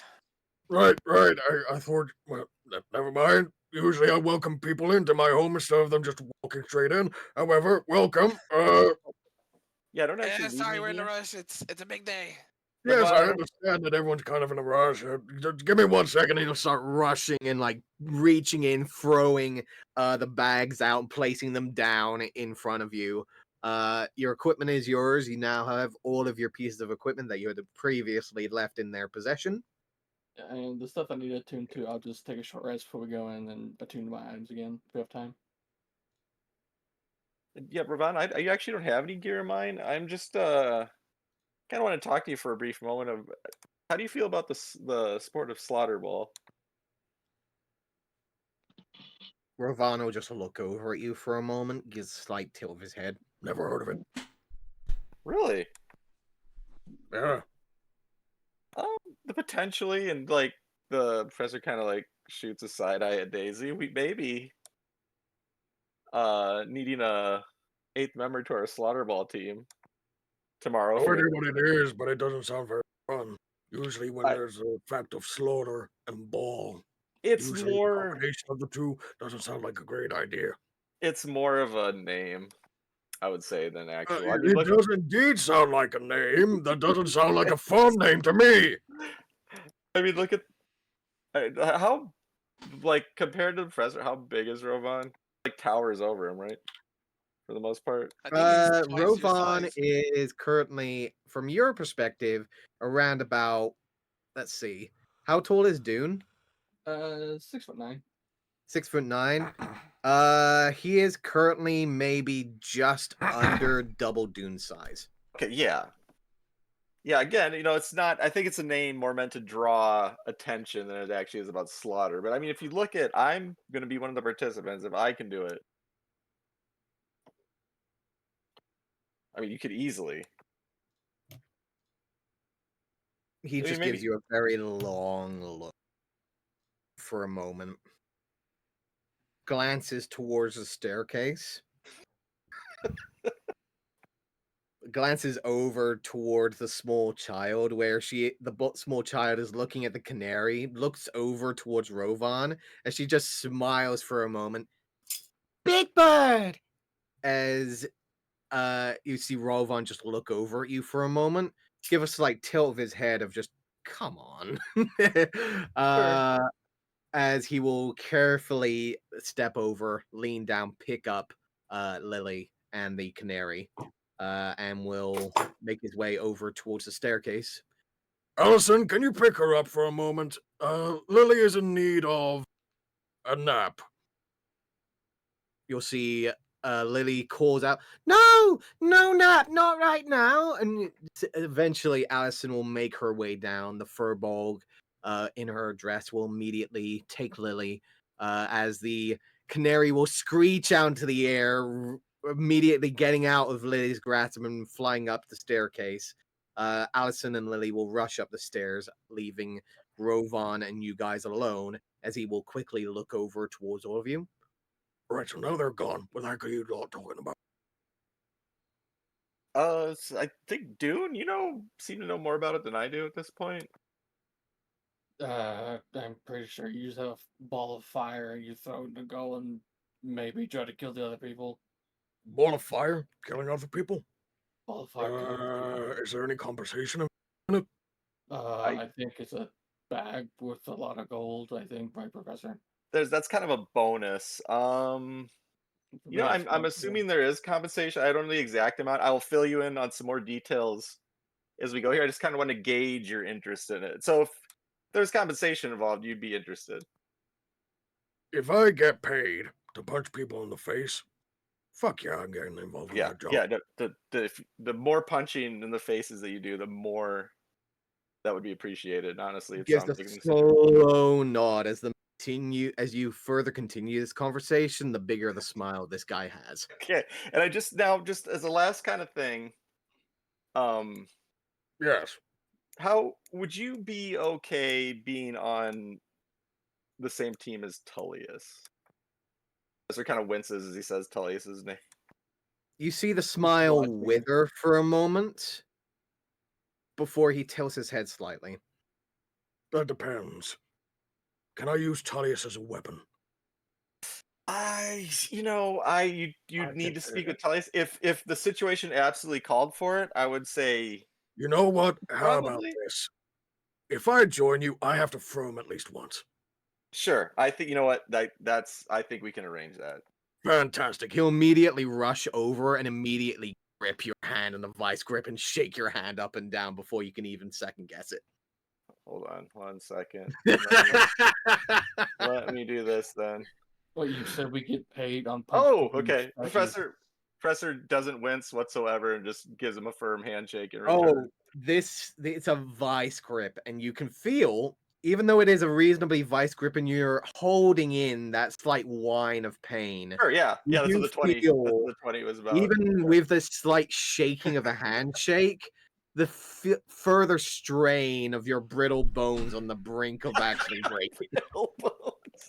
Okay. Had to have you aboard. Yeah, you're looking at this guy. He is towering over you. Like, everything that tells you that this guy is just pure muscle, except for the rotund belly underneath his baking apron. Everything tells you this guy is down to fucking fight. Oh yeah. However, it seems, like many strong male individuals, that he doesn't want to do it in front of. So Sure. he is trying to keep it on the down low. Sure. He is trying to keep a hush hush. You have seen him interacting with his own form of weaponry before. However, as he is moving around, you do see, as he is maneuvering and getting himself ready, at the bottom of the chest where you had all of your equipment, you do see that there is an additional bundle.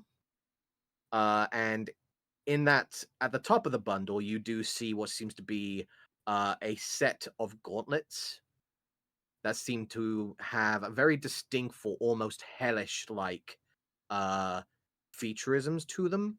Almost a distinct dark black metal.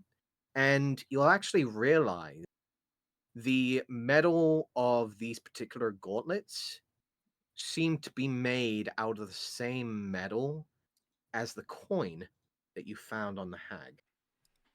Really? Okay. Those do they look like?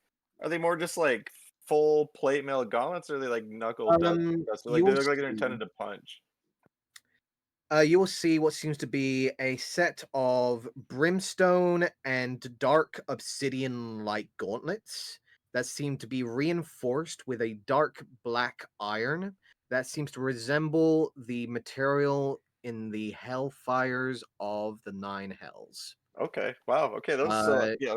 However, you will notice that on each of the knuckles, there seems to be a distinctful pale white material that seems to spread and crack along the dark black iron. That seems to reinforce the obsidian and brimstone. Okay. That Ravan, are those yours? Those are some interesting gauntlets you have there. That Yes, kind of points they down the chest. are. He'll look over towards the chest, giving a slight nod. They are a trophy of the past. Something to keep me on the right line. Not to hinder from it. Not to divert from it. Just to stick to it. Sure. Keeps me in line with my own perspectives. He'll carefully lower the top of the chest, closing it. Allows me not to go off the straight path. I wouldn't dream of it. You see him smile for a moment, I don't need to. and you'll step away. Just last thing, we're not 100% on if we're gonna play tomorrow, but if we are, you are definitely on the team. Gives a nod, smiles. Very well. As long as you don't bother me if I actually hurt someone. No, honestly, I think that would that's kind of the point. Seems Oh, that won't be a like, so bother at all. I might kill somebody. Who so knows? definitely won't hold it against you. Okay. He will nod, again, giving that slight look to the side as you will hear the sound of footsteps immediately rushing down the staircase as the Furbolg wife of Rovan, Allison, will step down, looking around the corner. Yes, hello everyone.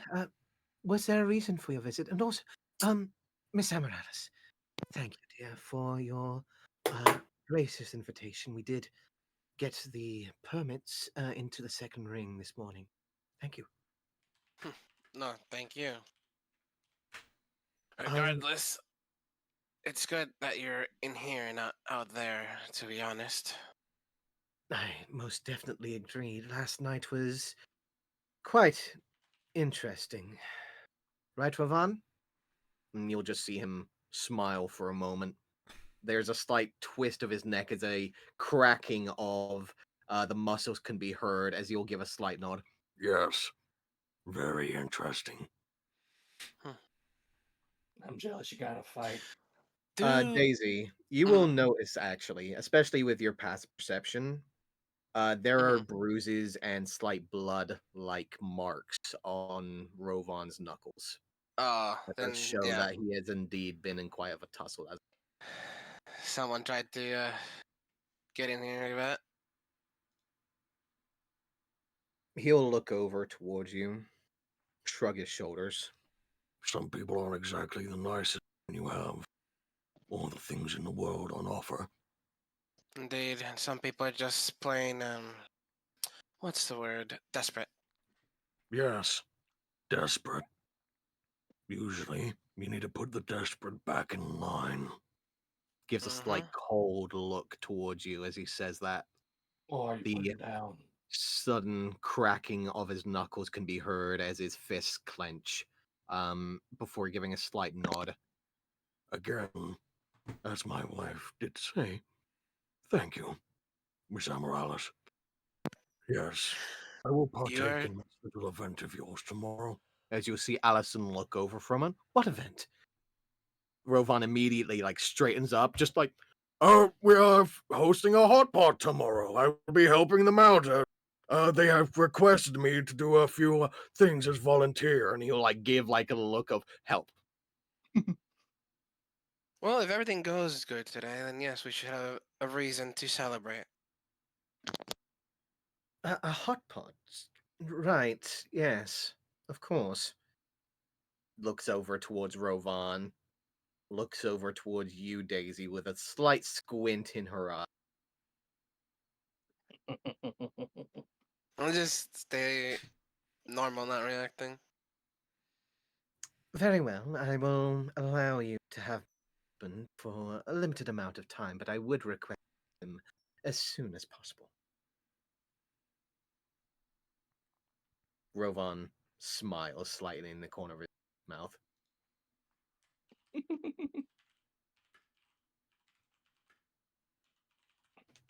Tullius will look around for a moment before he will step back out of the doorway, seeing that the job is done. He no longer needs.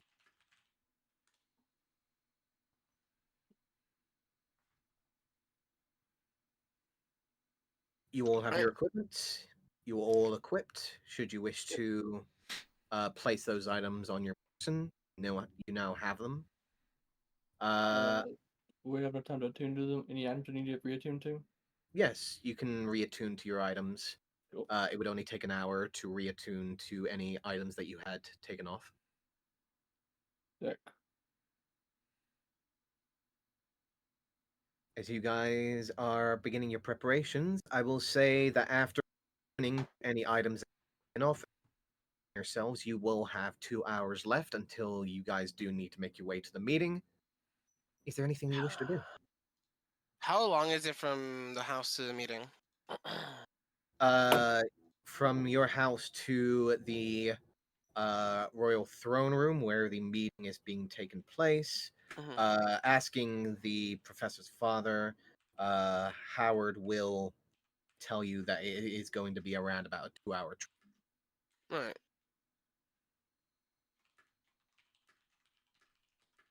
Not only traveling between the rings, also getting through the toll gate and ensuring that all identification has been ensured. Standard procedure.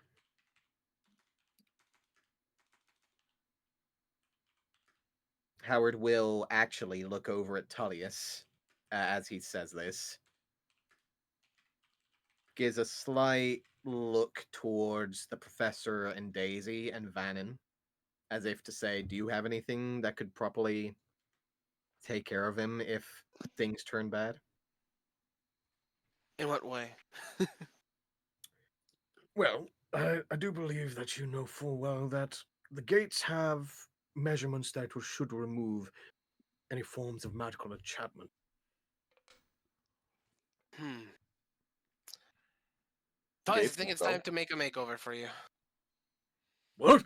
And you'll see Try him for the just look best. over, Dragonborn, like looking confused. Just, What More- do you mean makeover? More practical Yes, disguise, in perhaps. case the magic drops, we don't want you to be out and about like, oh shit, the farmer general. No, like we have to Yeah, put Yeah. makeup on you. I'm sorry. I can set him up with something. But I Yep. think like looking at Tullius, I think I can disguise as look good enough. With Given the my help, fact you that he's can. still in his illusion, Oh yeah, yeah, it Brett. would be a little difficult. Yeah, But if take he off took the hat. okay, he will take The off hat's the fine. hat. Get the hat off. Um, Like, yeah. Takes the hat off. He does look like he could probably maybe be changed. I can You fix know him. that usually Cambions do have the variety of different skin tones, ranging from a more deeper, darker red and brown to usually a more porcelain white. There are varieties of purples, blues. You do know that they are mostly distinctful, fiery, and like ground-like colors, but there has been a variety of different forms of Cambion and Tiefling in the past. Okay, what do you think, Brett? Do something here. I can do it. Yeah, of course. Depends on how believable we want. I mean, maybe like just a couple. Like from I'm thinking back to when we entered last time. Guards get pretty close, right? Like basically right up in your face. Yeah, they basically pull out a wand that usually dispels whatever enchantments are placed on the individual. Yeah, it's got to However, be. that was on the first wall. You don't know Oh, if this is the there's gate. any. That was the Oh, you said original gate. gate. Okay, so the Yeah. actual gate. It'd be nice if we could pass close scrutiny. I mean, as well as we can do.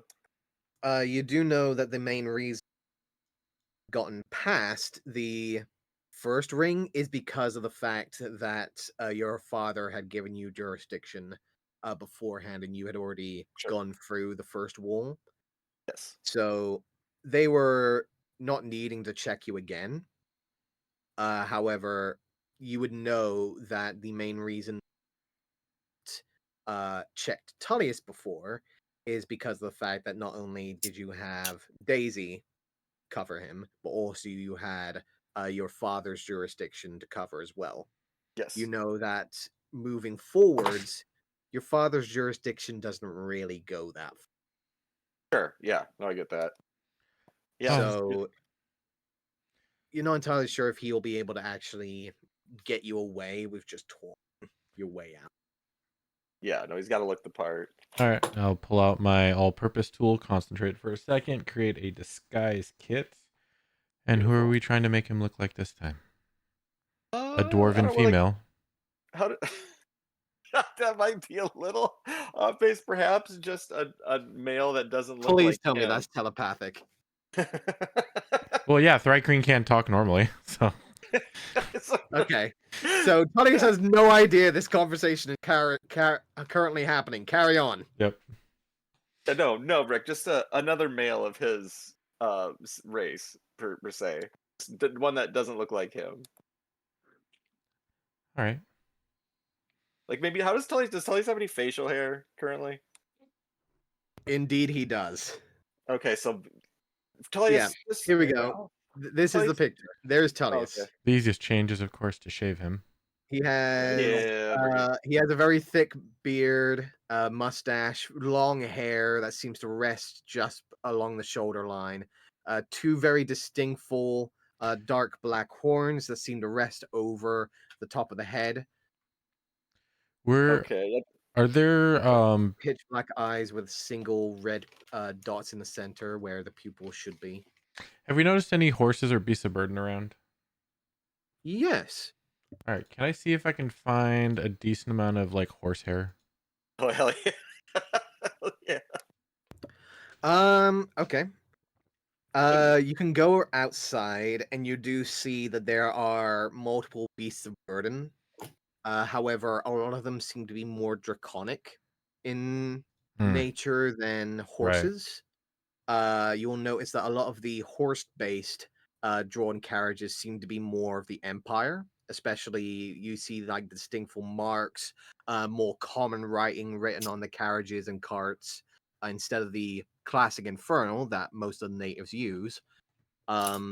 You do see occasionally the signs of a horse-drawn carriage or a horse-drawn wagon or cart that does occasionally pass on by.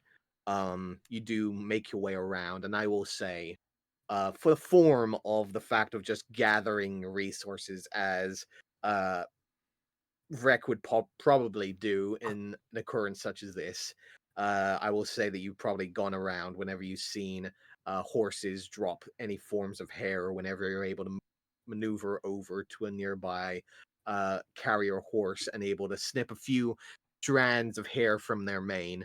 I will say that you will be able to collect a decent amount of hair over the next few minutes or so. Can I go I'd say D&D half an hour. crazy? Sure. Please Go do. for it. You said most of the beasts of burden are draconic in nature? Indeed. Do they drop scales?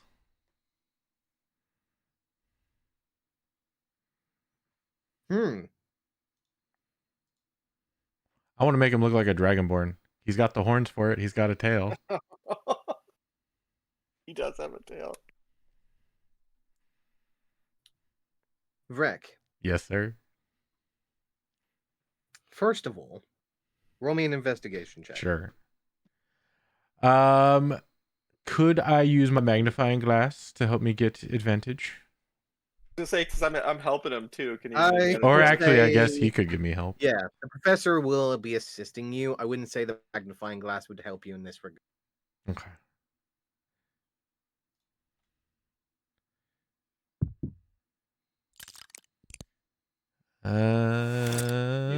I can throw 5 on that. I have all mine for the day, so 26. 26. Yes. You will find, let's see. Vrek, high or low? I hate you. Hold on. Let me go through your rolls.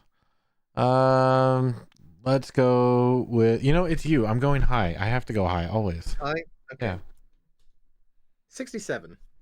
I will say over the time that you've been collecting the horsehair, Mhm. over the last hour or so to the last 30 minutes or hour or so, you will find a total of, I'd say, a good quarter pound Oh wow. of draconic scales.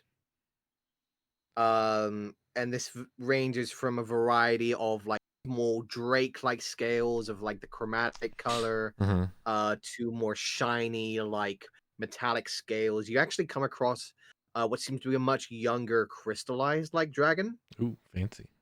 And you actually are able to snatch a smaller version of one of those crystal scales that you're able to sneak in there.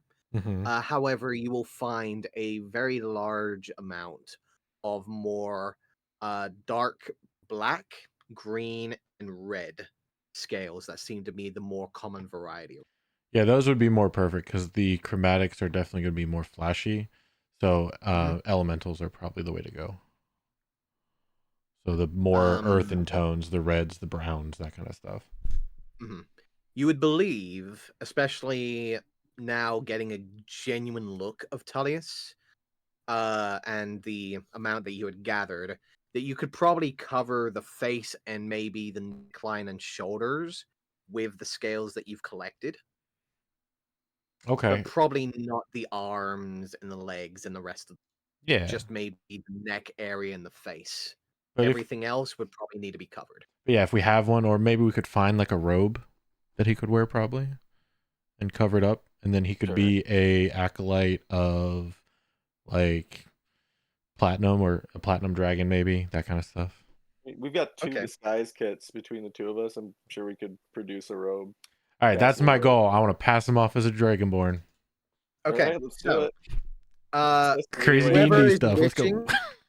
whoever is wishing to roll between the two of you, you can roll me a disguise kit check using dexterity as your bonus, Not me.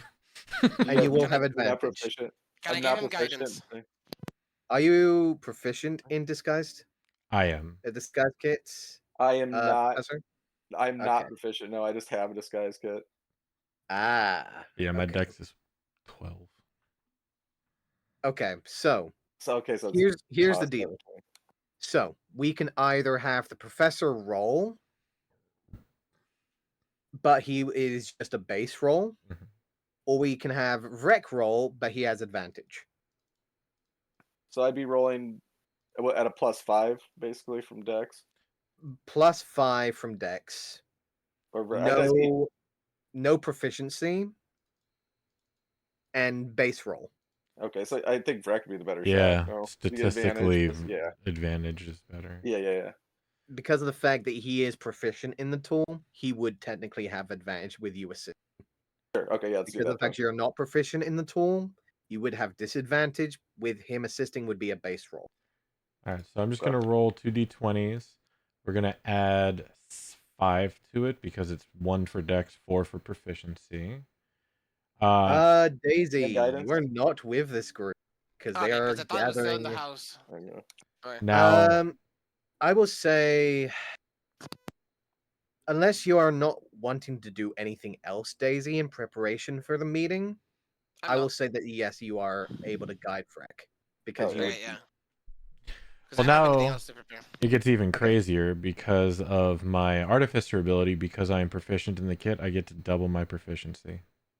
There it is. Okay, so yeah, the Vrek's the obvious best choice. Ooh, so a 6 plus So 1 is 7 plus 8 is 15. 15. Plus I add a 5 to it for Flash of Genius, so that's 20. 20. And I'm getting a guidance. Yeah, D4. Yeah, you're the clear better choice. Holy shit. Do a 6 and do a 20. 24. 24. That's nuts. I love Oh my Rick. God. I made him That's nuts. specifically for this type of So- moment. Yeah, hell yeah. Hell yeah. That's crazy. At this moment in time, Tullius is in the form of a multi-scaled dragonborn. With a disguise of a DC 24. All right, sorry, I have to be right back, but there you go. That's my So I need contribution to for the put this session. in, I'm putting this in note. I'll be Okay. back. Tullius, Rainbow Dragonborn, disguised as a Rainbow Dragonborn. This is actually an interesting play. His family's got a lot Yeah, of bloodlines in it. No big deal. Yeah, if he wants to go, it's got to be in disguise, right? Like no magical disguise. If the gate itself detects it, Yeah. like This is a hell of a play. Holy shit. and the Okay. only other option is maybe to shrink him down and shove him in the bag of holding. No, Shrink no, it no, down, no, put no. it in someone's pocket. Fucking Tullius. There's what like there's supposed to be like 10 or so minutes of oxygen in there, right? Like it's not complete vacuum. Yeah, 10 minutes oxygen during a 2-hour trip. I mean, we do it right before we go through the gate, but Right. But if we're being guarded, then it's not possible. yeah, no, Just out of curiosity. it's It'd be a hell of a surprise thing of just like, sir, what is going on with your bag? Surprise, Dragonborn! No. Why not just like polymorph him to a pigeon and he flies over there? What does when you do that? Don't they have the intelligence? That's intelligence of the Yeah. Does I he have can the pick a intelligence? different. with I can it? pick something else. Right? Just like saying like a pigeon or something like a fly. It's Look, we've Yeah, already had a but more vulture dog. situation in another timeline. We do not need another. Yes, that we won't talk about that, Rob. We will never talk about that ever again. Good time. We will never talk about that ever again. Don't get us wrong. We all immediately, every time we hear the word polymorph, we're like, don't forget creatures' intelligence. Yeah. Oh yeah. Creatures That's have like the first thing that intelligence. pops in We my will head. remember a distinct skeleton man that did not remember that particular reference. Neither him nor the spellcaster remembered that. He will always be a reminder. Remember my sacrifice. Anyways, moving on. Tullius is now a Rainbow Dragonborn. Guys is a DC 24. Any other further preparations? Yeah. Before we go, my dad's wearing that crystal rose. You said Yes, that. he is. Am I aware of where the screen for that is currently? In Strixhaven. Oh, he doesn't have one of his one with him in his office. It's all the You way back. did not check. I want to go. I want to kind of slip, if I can, just slip away and check. Roll me a Rec isn't stealth. coming. Rec isn't coming with us, right? Technically, he's not. He can't. He's not going through the gate, or is he? I guess he's AFK now, isn't he? We'll find out.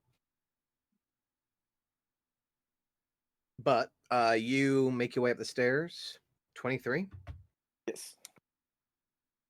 Okay. I can You locate the screen. slip your way up the stairs, carefully placing your foot on each step, taking note of the night before, which steps were creaky and which ones were not.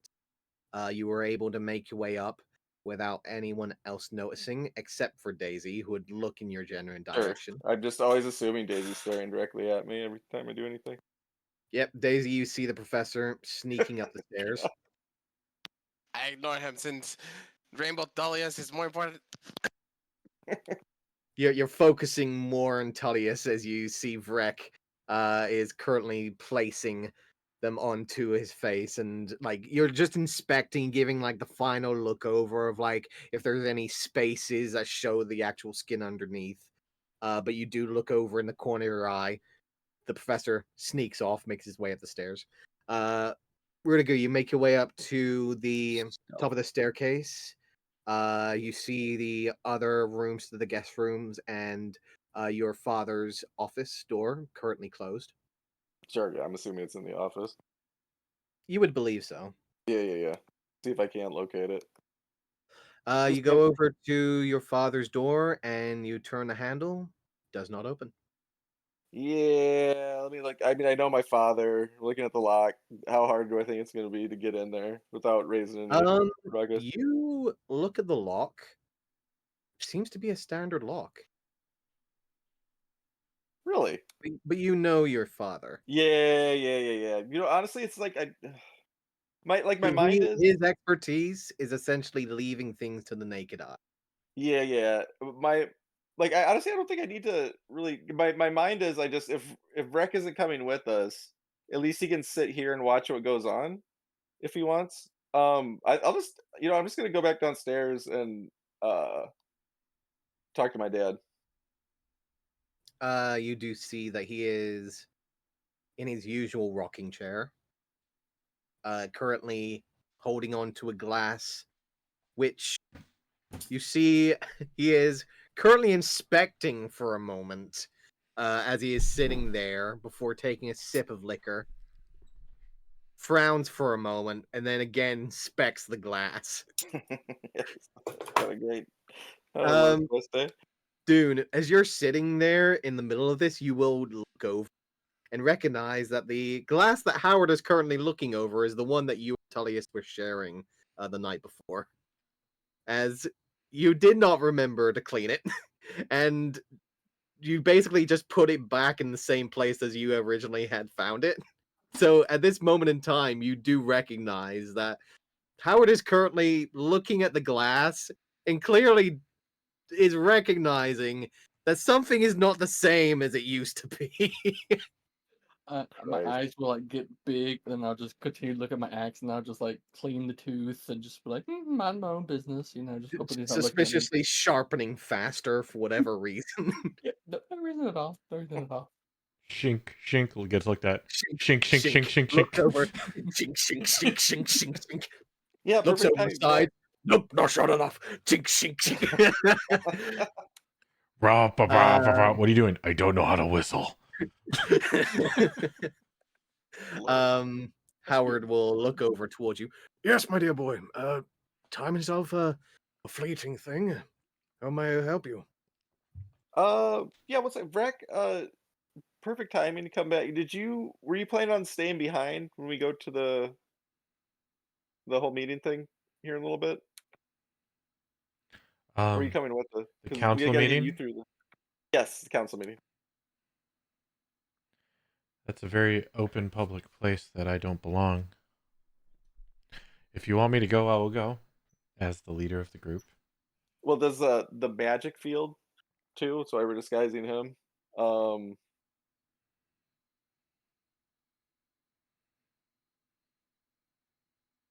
mean, do you want it? So we gotta okay.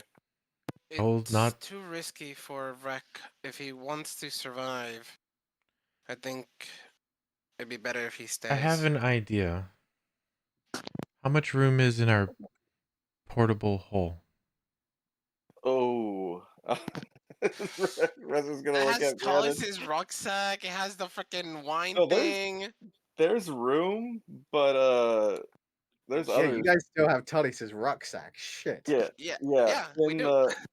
there's a pile of corpses in there too. Vannon, how many are in there currently? Well, we used them all for the what you call it. Yeah, I believe they Yeah, should all be yeah, mostly oh. gone. It just may not be clean. Oh, okay. Which shoot, I didn't can think of that, yeah. work on that. We only have the freaking wine and the rucksack, honestly, in can there. press the can you- digitation while I'm in there to clean some stuff up. But Can you survive in there? Is that? I mean, that's possible, correct? I'm looking to see my breathing. 1 second. Can you breathe for 2 hours? Who knows? Well, I can shrink myself, so I'm much smaller, one size less, and so I would take up less oxygen and less room. No, it was Olive who could breathe. Didn't have to breathe. Doesn't need to breathe. Vrex still does need to breathe, technically. They just have a better time not needing. Right. And I don't have anything that stops or helps my breathing out in air. If we were in water, I'd be fine. Mm-hmm. So, yeah, I could shrink myself down and put myself in the hole for as long as you don't leave me in there longer than, let's say, 15 minutes. No, it's 2 hours. To get through the checkpoint, it's 2 hours? I thought. Multiple checkpoints. No, we can. Oh. Oh, yeah. Is it multiple? I thought it was just Yes. You're six. going Multiple? into the fifth ring. The 5th You're round. going fifth ring, into so the royal third, chamber, fourth, or fifth. So main 3. royal throne room. And we're Alright, probably 3 being total. led by the most elite of the elite once we get to the 5th ring. I mean, if you can, how small can you make yourself? Well, let's see. I'm normally 4'9", 90 pounds. So then shrink and large is Howard's wait. gonna listen in for a moment. Are you Wouldn't needing means of having your friend be in a safe location but still be able to observe? Yeah, if he can yes. attend. I didn't know 100% if we Just want to try looks to get him in over or at not. you, Rudiger, gives like a slight smile. Yeah, you My know what I'm dear, talking about. you should have just asked. There's a reason I keep that door locked home. Sure, I Seems mean that. as he will give a I just slight didn't know nod. I didn't know if you had a screen here, if it was just back at home. I do. I have one. I always have need of a means of communicating with your mother. Of course. As he carefully taps the rose, there's a sudden static to the air as for the first time in maybe over a year, Professor, you can hear a very soft voice coming from the center of the rose. Hello, darling. Always watching. Oh, jeez. Okay. As he will carefully flick the rose, he'll just give a slight look over for a moment, give a slight grin. Just to keep you on your toes, dear boy. Sure. Yes, she is currently observing today's conversation. Not right now, just a little bit of a indication. She is listening, but not watching at this moment in time. She will be observing, however, main meeting as agreed upon, as she is my current source of information within the Empire at this moment in time, especially within Certainly. Strixhaven. By the way, your brother misses you. Sure. I mean, it's been ages, right? Like, Yes, he is doing well. Of course, he is still working within the school. He again chuckles slightly. Including being under the current manners and perspective of the professor. Gives you a look, another wide smile for a moment. really? So, okay. That's okay. Just for note, to make sure that that particular detail disappears quickly. Sorry, Vrek John. starts laughing for no reason. However, in matters of perspective, yes, I couldn't allow your friend here, your dwarven friend, to watch over the inner workings within the office for the time being, as long as he keeps his hands away from the other artifacts within the room. I'll say to Daisy, as long as if you don't think that you need me nearby, I can do the remote viewing. Plus, what issues ever came from a council meeting. It's better if you stay here. I can manage. I find out that I have a spell similar to your pills, so we should be fine. Oh, okay. Very well. I'll Wait, stay wait. behind then, and don't get in trouble because I won't be near. Vrek. Howard will rise up from his rocking chair, looking over his watch. Time is of the essence, and it is fleeting. Let us go, my dear friend. He will guide you up the staircase, leading you up to his office. As he gets to the front door to his office, you hear him clap twice, and you see 3 different magical sigils around the lock immediately burst open and disappear. As you'll see him reach forward and turn the handle, allowing him to open the door. Professor, you did not see those sigils before. Yeah, I And knew they were there. he will make his way over to a desk. Vrek, you see inside what seems to be a ramshackle-like office, filled with multiple tomes and pages, filled with files. You see that there is countless shelves filled with bounties of information that you could possibly fathom. of all forms of different languages that you don't seem to recognize. That seem to litter the most of the walls that seem to fill this office. Apart from a few trinkets and other pieces of either armor, weaponry that seem age old, long from your own personal knowledge that you've gathered throughout your lifetime. And you're looking around for a moment, taking all this information in, and it's much more than you've ever really seen, except for possibly the armory within Annie Kotal when you had spoken to the captain there. Apart from that, you see Howard rush over to a desk, pulling back what seems to be a very fine looking leather-like chair, as he will pull back a drawer, causing a small display to rise in glyphs and arcane sigils to immediately rise on top of the desk, almost creating a 3D like illusion in front of him as you see multiple lines of text beginning to rise and rush through, slowly descending, as he will immediately take a ball of text from the display, hold it in his hands like a small orb within his grasp, and you hear him whisper in some words of arcane influence that seem to immediately expel from his lips, causing that bursting, swirling sphere of words and text to immediately burst with energy. And you'll see him push it forwards into the 3D display before eventually you see that ball of energy slowly expand and open a small window in the air. And eventually it will crackle, static will begin to eventually disperse away until you'll see a picture perfect screening of the perspective of Howard's Rose. I turn to Dune and say in his head, "Don't touch the scales; they're not real." Got it. You do see him adjust the dial on the rose as you do see it magnify and then once again return to its normal lens as he will give a slight nod looking over towards the screen. This should be more than adequate for your use. I If can you are repair your needing, armors. Those look old and can I would prefer if you no Yeah, no touch. but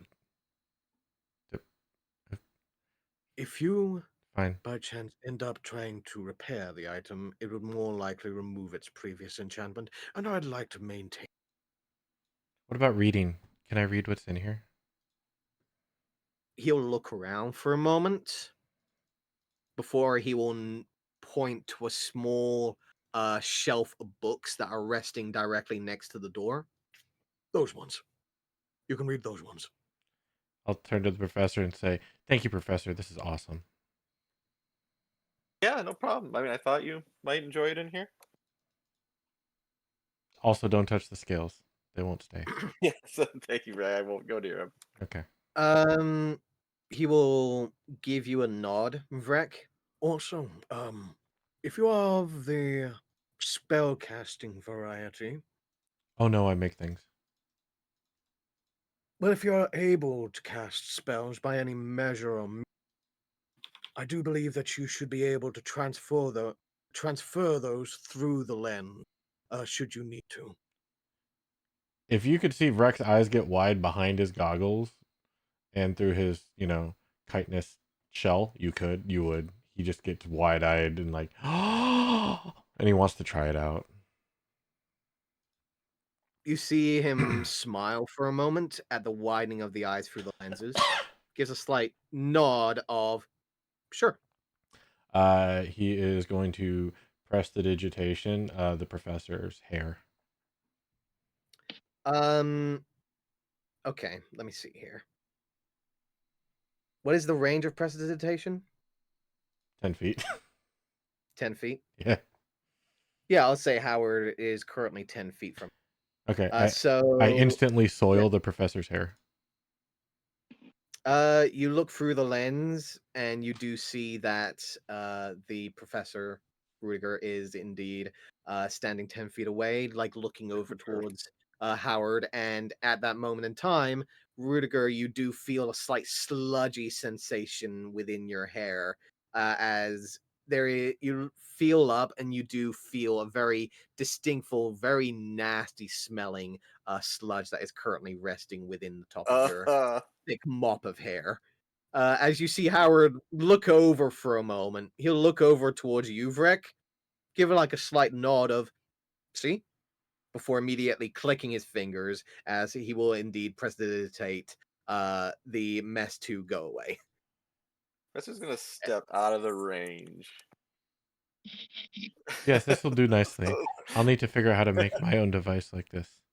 But No, it's this is He'll wonderful. give a slight chuckle. It took me more than a number of years, so try and figure it out as much as you can. And he will start to make his way out, looking towards you, Rudiger. Time is fleeting, and so must we. Let us get going, my dear boy. We are already late as it is. And he will start to rush his way down the steps, calling out to the air. Ladies and gentlemen, madam. Well, men, let us get going, shall we? And he will quickly start rushing his way out of the front door, where you can see Fleep has already got his hat at the ready. He will quickly take it, as well as what seems to be a very fine-looking walking cane, with what seems to be a smiling polar bear's face on the top of the handle. As he will step his way out, putting his hat on top of his head, pushing the door open. The sunlight will immediately blast into the living room as he winces slightly, will take out a small pair of shaded glasses from his front pocket and will immediately put them on and step outside. Oh, by the way, Rob, Yeah. Daisy's not wearing her dress. She is full adventurous clothing. And she has Okay. her So you're fully oh, geared up. yeah, and she has her what do they call it? The freaking sleeves of her shirt. Mhm. They are up, so her scars are visible. And she's Okay. wearing her. She's not wearing her coat. She's actually wearing it over her shoulders, like an overcoat. Okay. Gotcha. So full displaying the scars along your arms. As you all step out, you do see that there is a very fine looking what seems to be a brass looking carriage that is currently expunging steam out of two large chimneys out the back. You can hear a slight sound coming from the front of the carriage where you do not see a driver at all. Instead, you see what seems to be a small little compartment surrounded with glass and a single little uh, chair that is sitting at the front with a single wheel that seems to extend out of a singular console at the front of the carriage. As you see Fleep immediately rushing over between all of you, will make his way to the back of the carriage to open it for Professor Howard. Will immediately look at all of you and will beckon you inside. Let us get going. Let us get going. The meeting does not wait for us.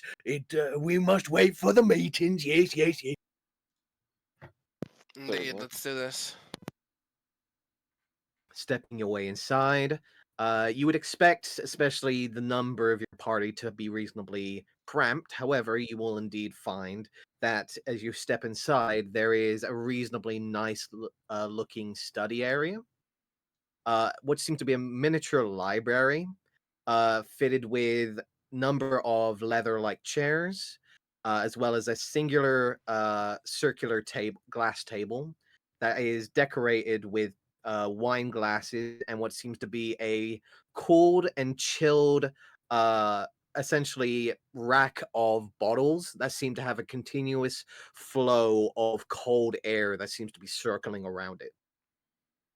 And Howard is already making his way to one of the chairs around the circular table as he will press a small dial on the side of his chair, and the immediate heat that you had felt from the sun outside immediately turns into an almost chill-like cool sensation as the air immediately filters around the space. And I see this, right? You do see this, yes. Can From I this perspective, you see him look over, take a small glass from the side, before reaching he down. pours, can I mage hand and pour something for him? Sure. Yeah, I want to do that. You see what seems to be 3 bottles that are currently available. One of which seems to be a green bottle with a relatively dark red liquid inside. That seems to be in the language of Halfling. Yeah, I don't know that. You see that there is a second bottle made entirely out of metal, silver to be exact. And you see that this one is indeed with the writing of Draconic on it. All right. And the third? The third, you do indeed see a very short, rounded bottle made out of dark brown glass that has indeed the name of a dwarven name written on the front. All right. What's the dwarven name? Because I do know dwarvish. It is dwarvish, and you see Banderbrock Brewery. All right. He'd probably go for. And you do see it is indeed the dark stout. Yeah. Which one's the most frilly? Which one's the what? The most frilly looking bottle. Frilly looking, 100% the halfling one. All right. Yeah, I'll pour him the halfling one. That's kind of what I thought you were gonna say. Yeah, he does seem to actually be reaching to the halfling one. Seems to like fingers are just about to get it, just as the bottle lifts out of the decanter and will uncork itself before pouring into the glass. You hear a slight chuckle directly from the screen, Vrek, as you'll hear a slight murmured "thank you" before he will carefully take the glass and will take a drink before sitting down and relaxing in one of the chairs.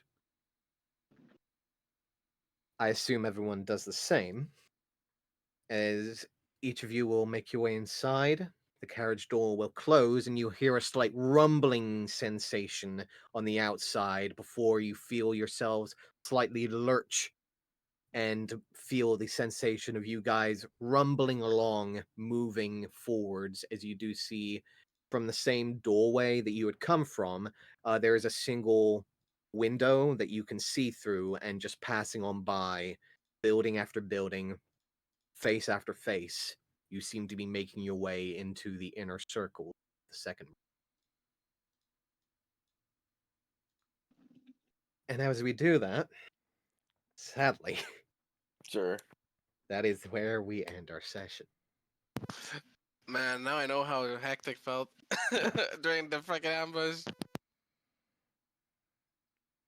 Look, Ma, I made a dragonborn.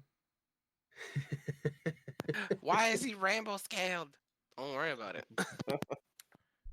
It's Too okay. much. You can pass them off to the praiser of Tiamat. Too much cartoons and video games. It's all that fork knife. All of that spoon knife. Yeah. DC 24 disguise. Jeez. Yeah, DC 24 disguise. Bro, the fact you rolled a 6, imagine had you rolled higher. Like, holy hell. I mean, I have a Joker. I could have nat 20'd it because it's a skill. Very true. No, it's base 20. It's or a base 20. That's what I meant, yeah. So. Yeah. I'm like, but even nah. then, with the base 20 and the modifiers, it would have just basically become like a 30. Yeah, because Like, it would have at been 1 plus 4 14, plus 4. Like, it's a 38 down to a 30, which Rob is max. Yeah. So. Yeah. 30 is the max at this point, because I'm like thinking any reasonable level where you're able to survive a DC 30 is unfathomable until we start reaching like mid to high, like double digit levels. Yeah, I did the math. Bro, I'm like, yeah, I'm only losing out to 6 points. I'm not using a Joker for 6 points. Yeah. All right. So, I guess We will be getting to the royal meeting next week. Welcome to my world, Dan. Welcome to my world. I know, right? I'm so ready for Daisy's freaking entrance. Like, yeah, what's up, bitch? Look at me now. Boy. I'm with you. I love it. I keep finding it like you guys have won information. You got P. I love P. It's so funny hearing his Discord breakup because it sounds like he says he loves to pee. I love to pee. I love pooping and peeing all the time. No. Most people do.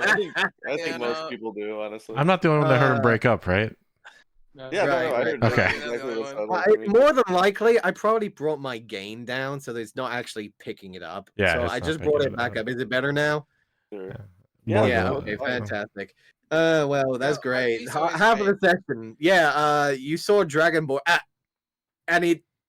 It wasn't that bad. It only lose out like a syllable or something, but yeah. This time wasn't as bad as last time, where it was like whole sentences just disappearing. What are the clouds for? What do you mean? Eskimo? Tiamat? Bahamut? It's never really been terrible to where you can't tell what is being said or anything. Scarlett Johansson! No. Me writing in my notes, drawing 38 lines to different words, trying to figure out how the fuck these connect.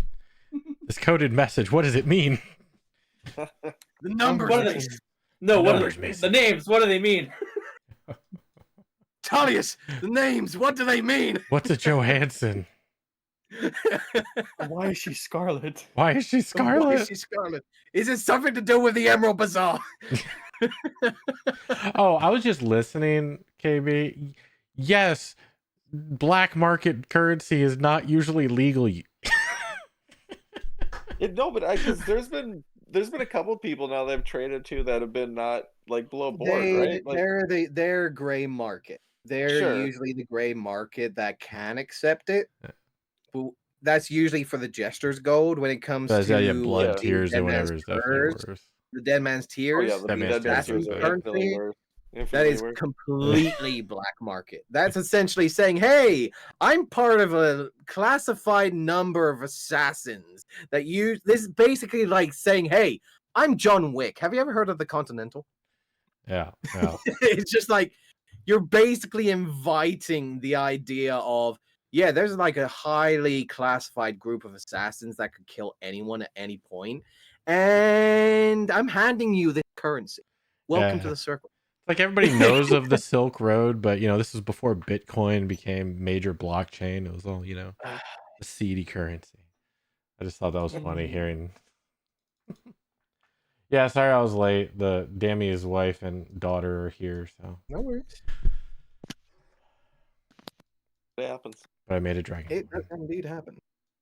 Yeah, all good, all good. It's good to be with family. Debatable.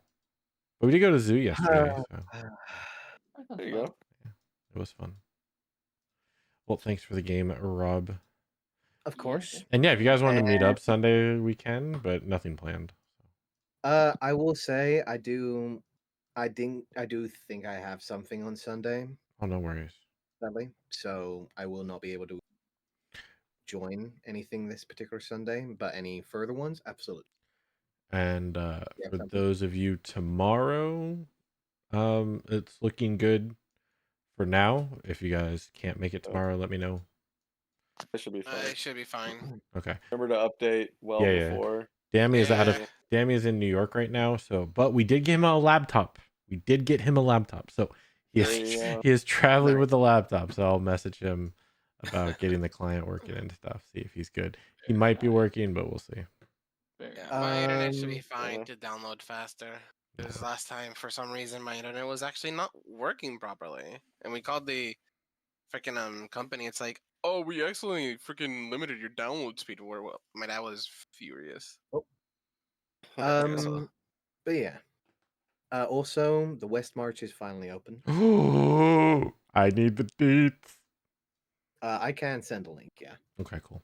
I'll take it. I'll look it over. I do have something running pretty much every Monday. If you're wanting something a bit more like one-shot combat oriented, it is a bit more like that. There are other DMs there. If you want to DM as well and start running your own things, we are welcoming that as well. If you want to run your own stuff and like do your own particular campaigns.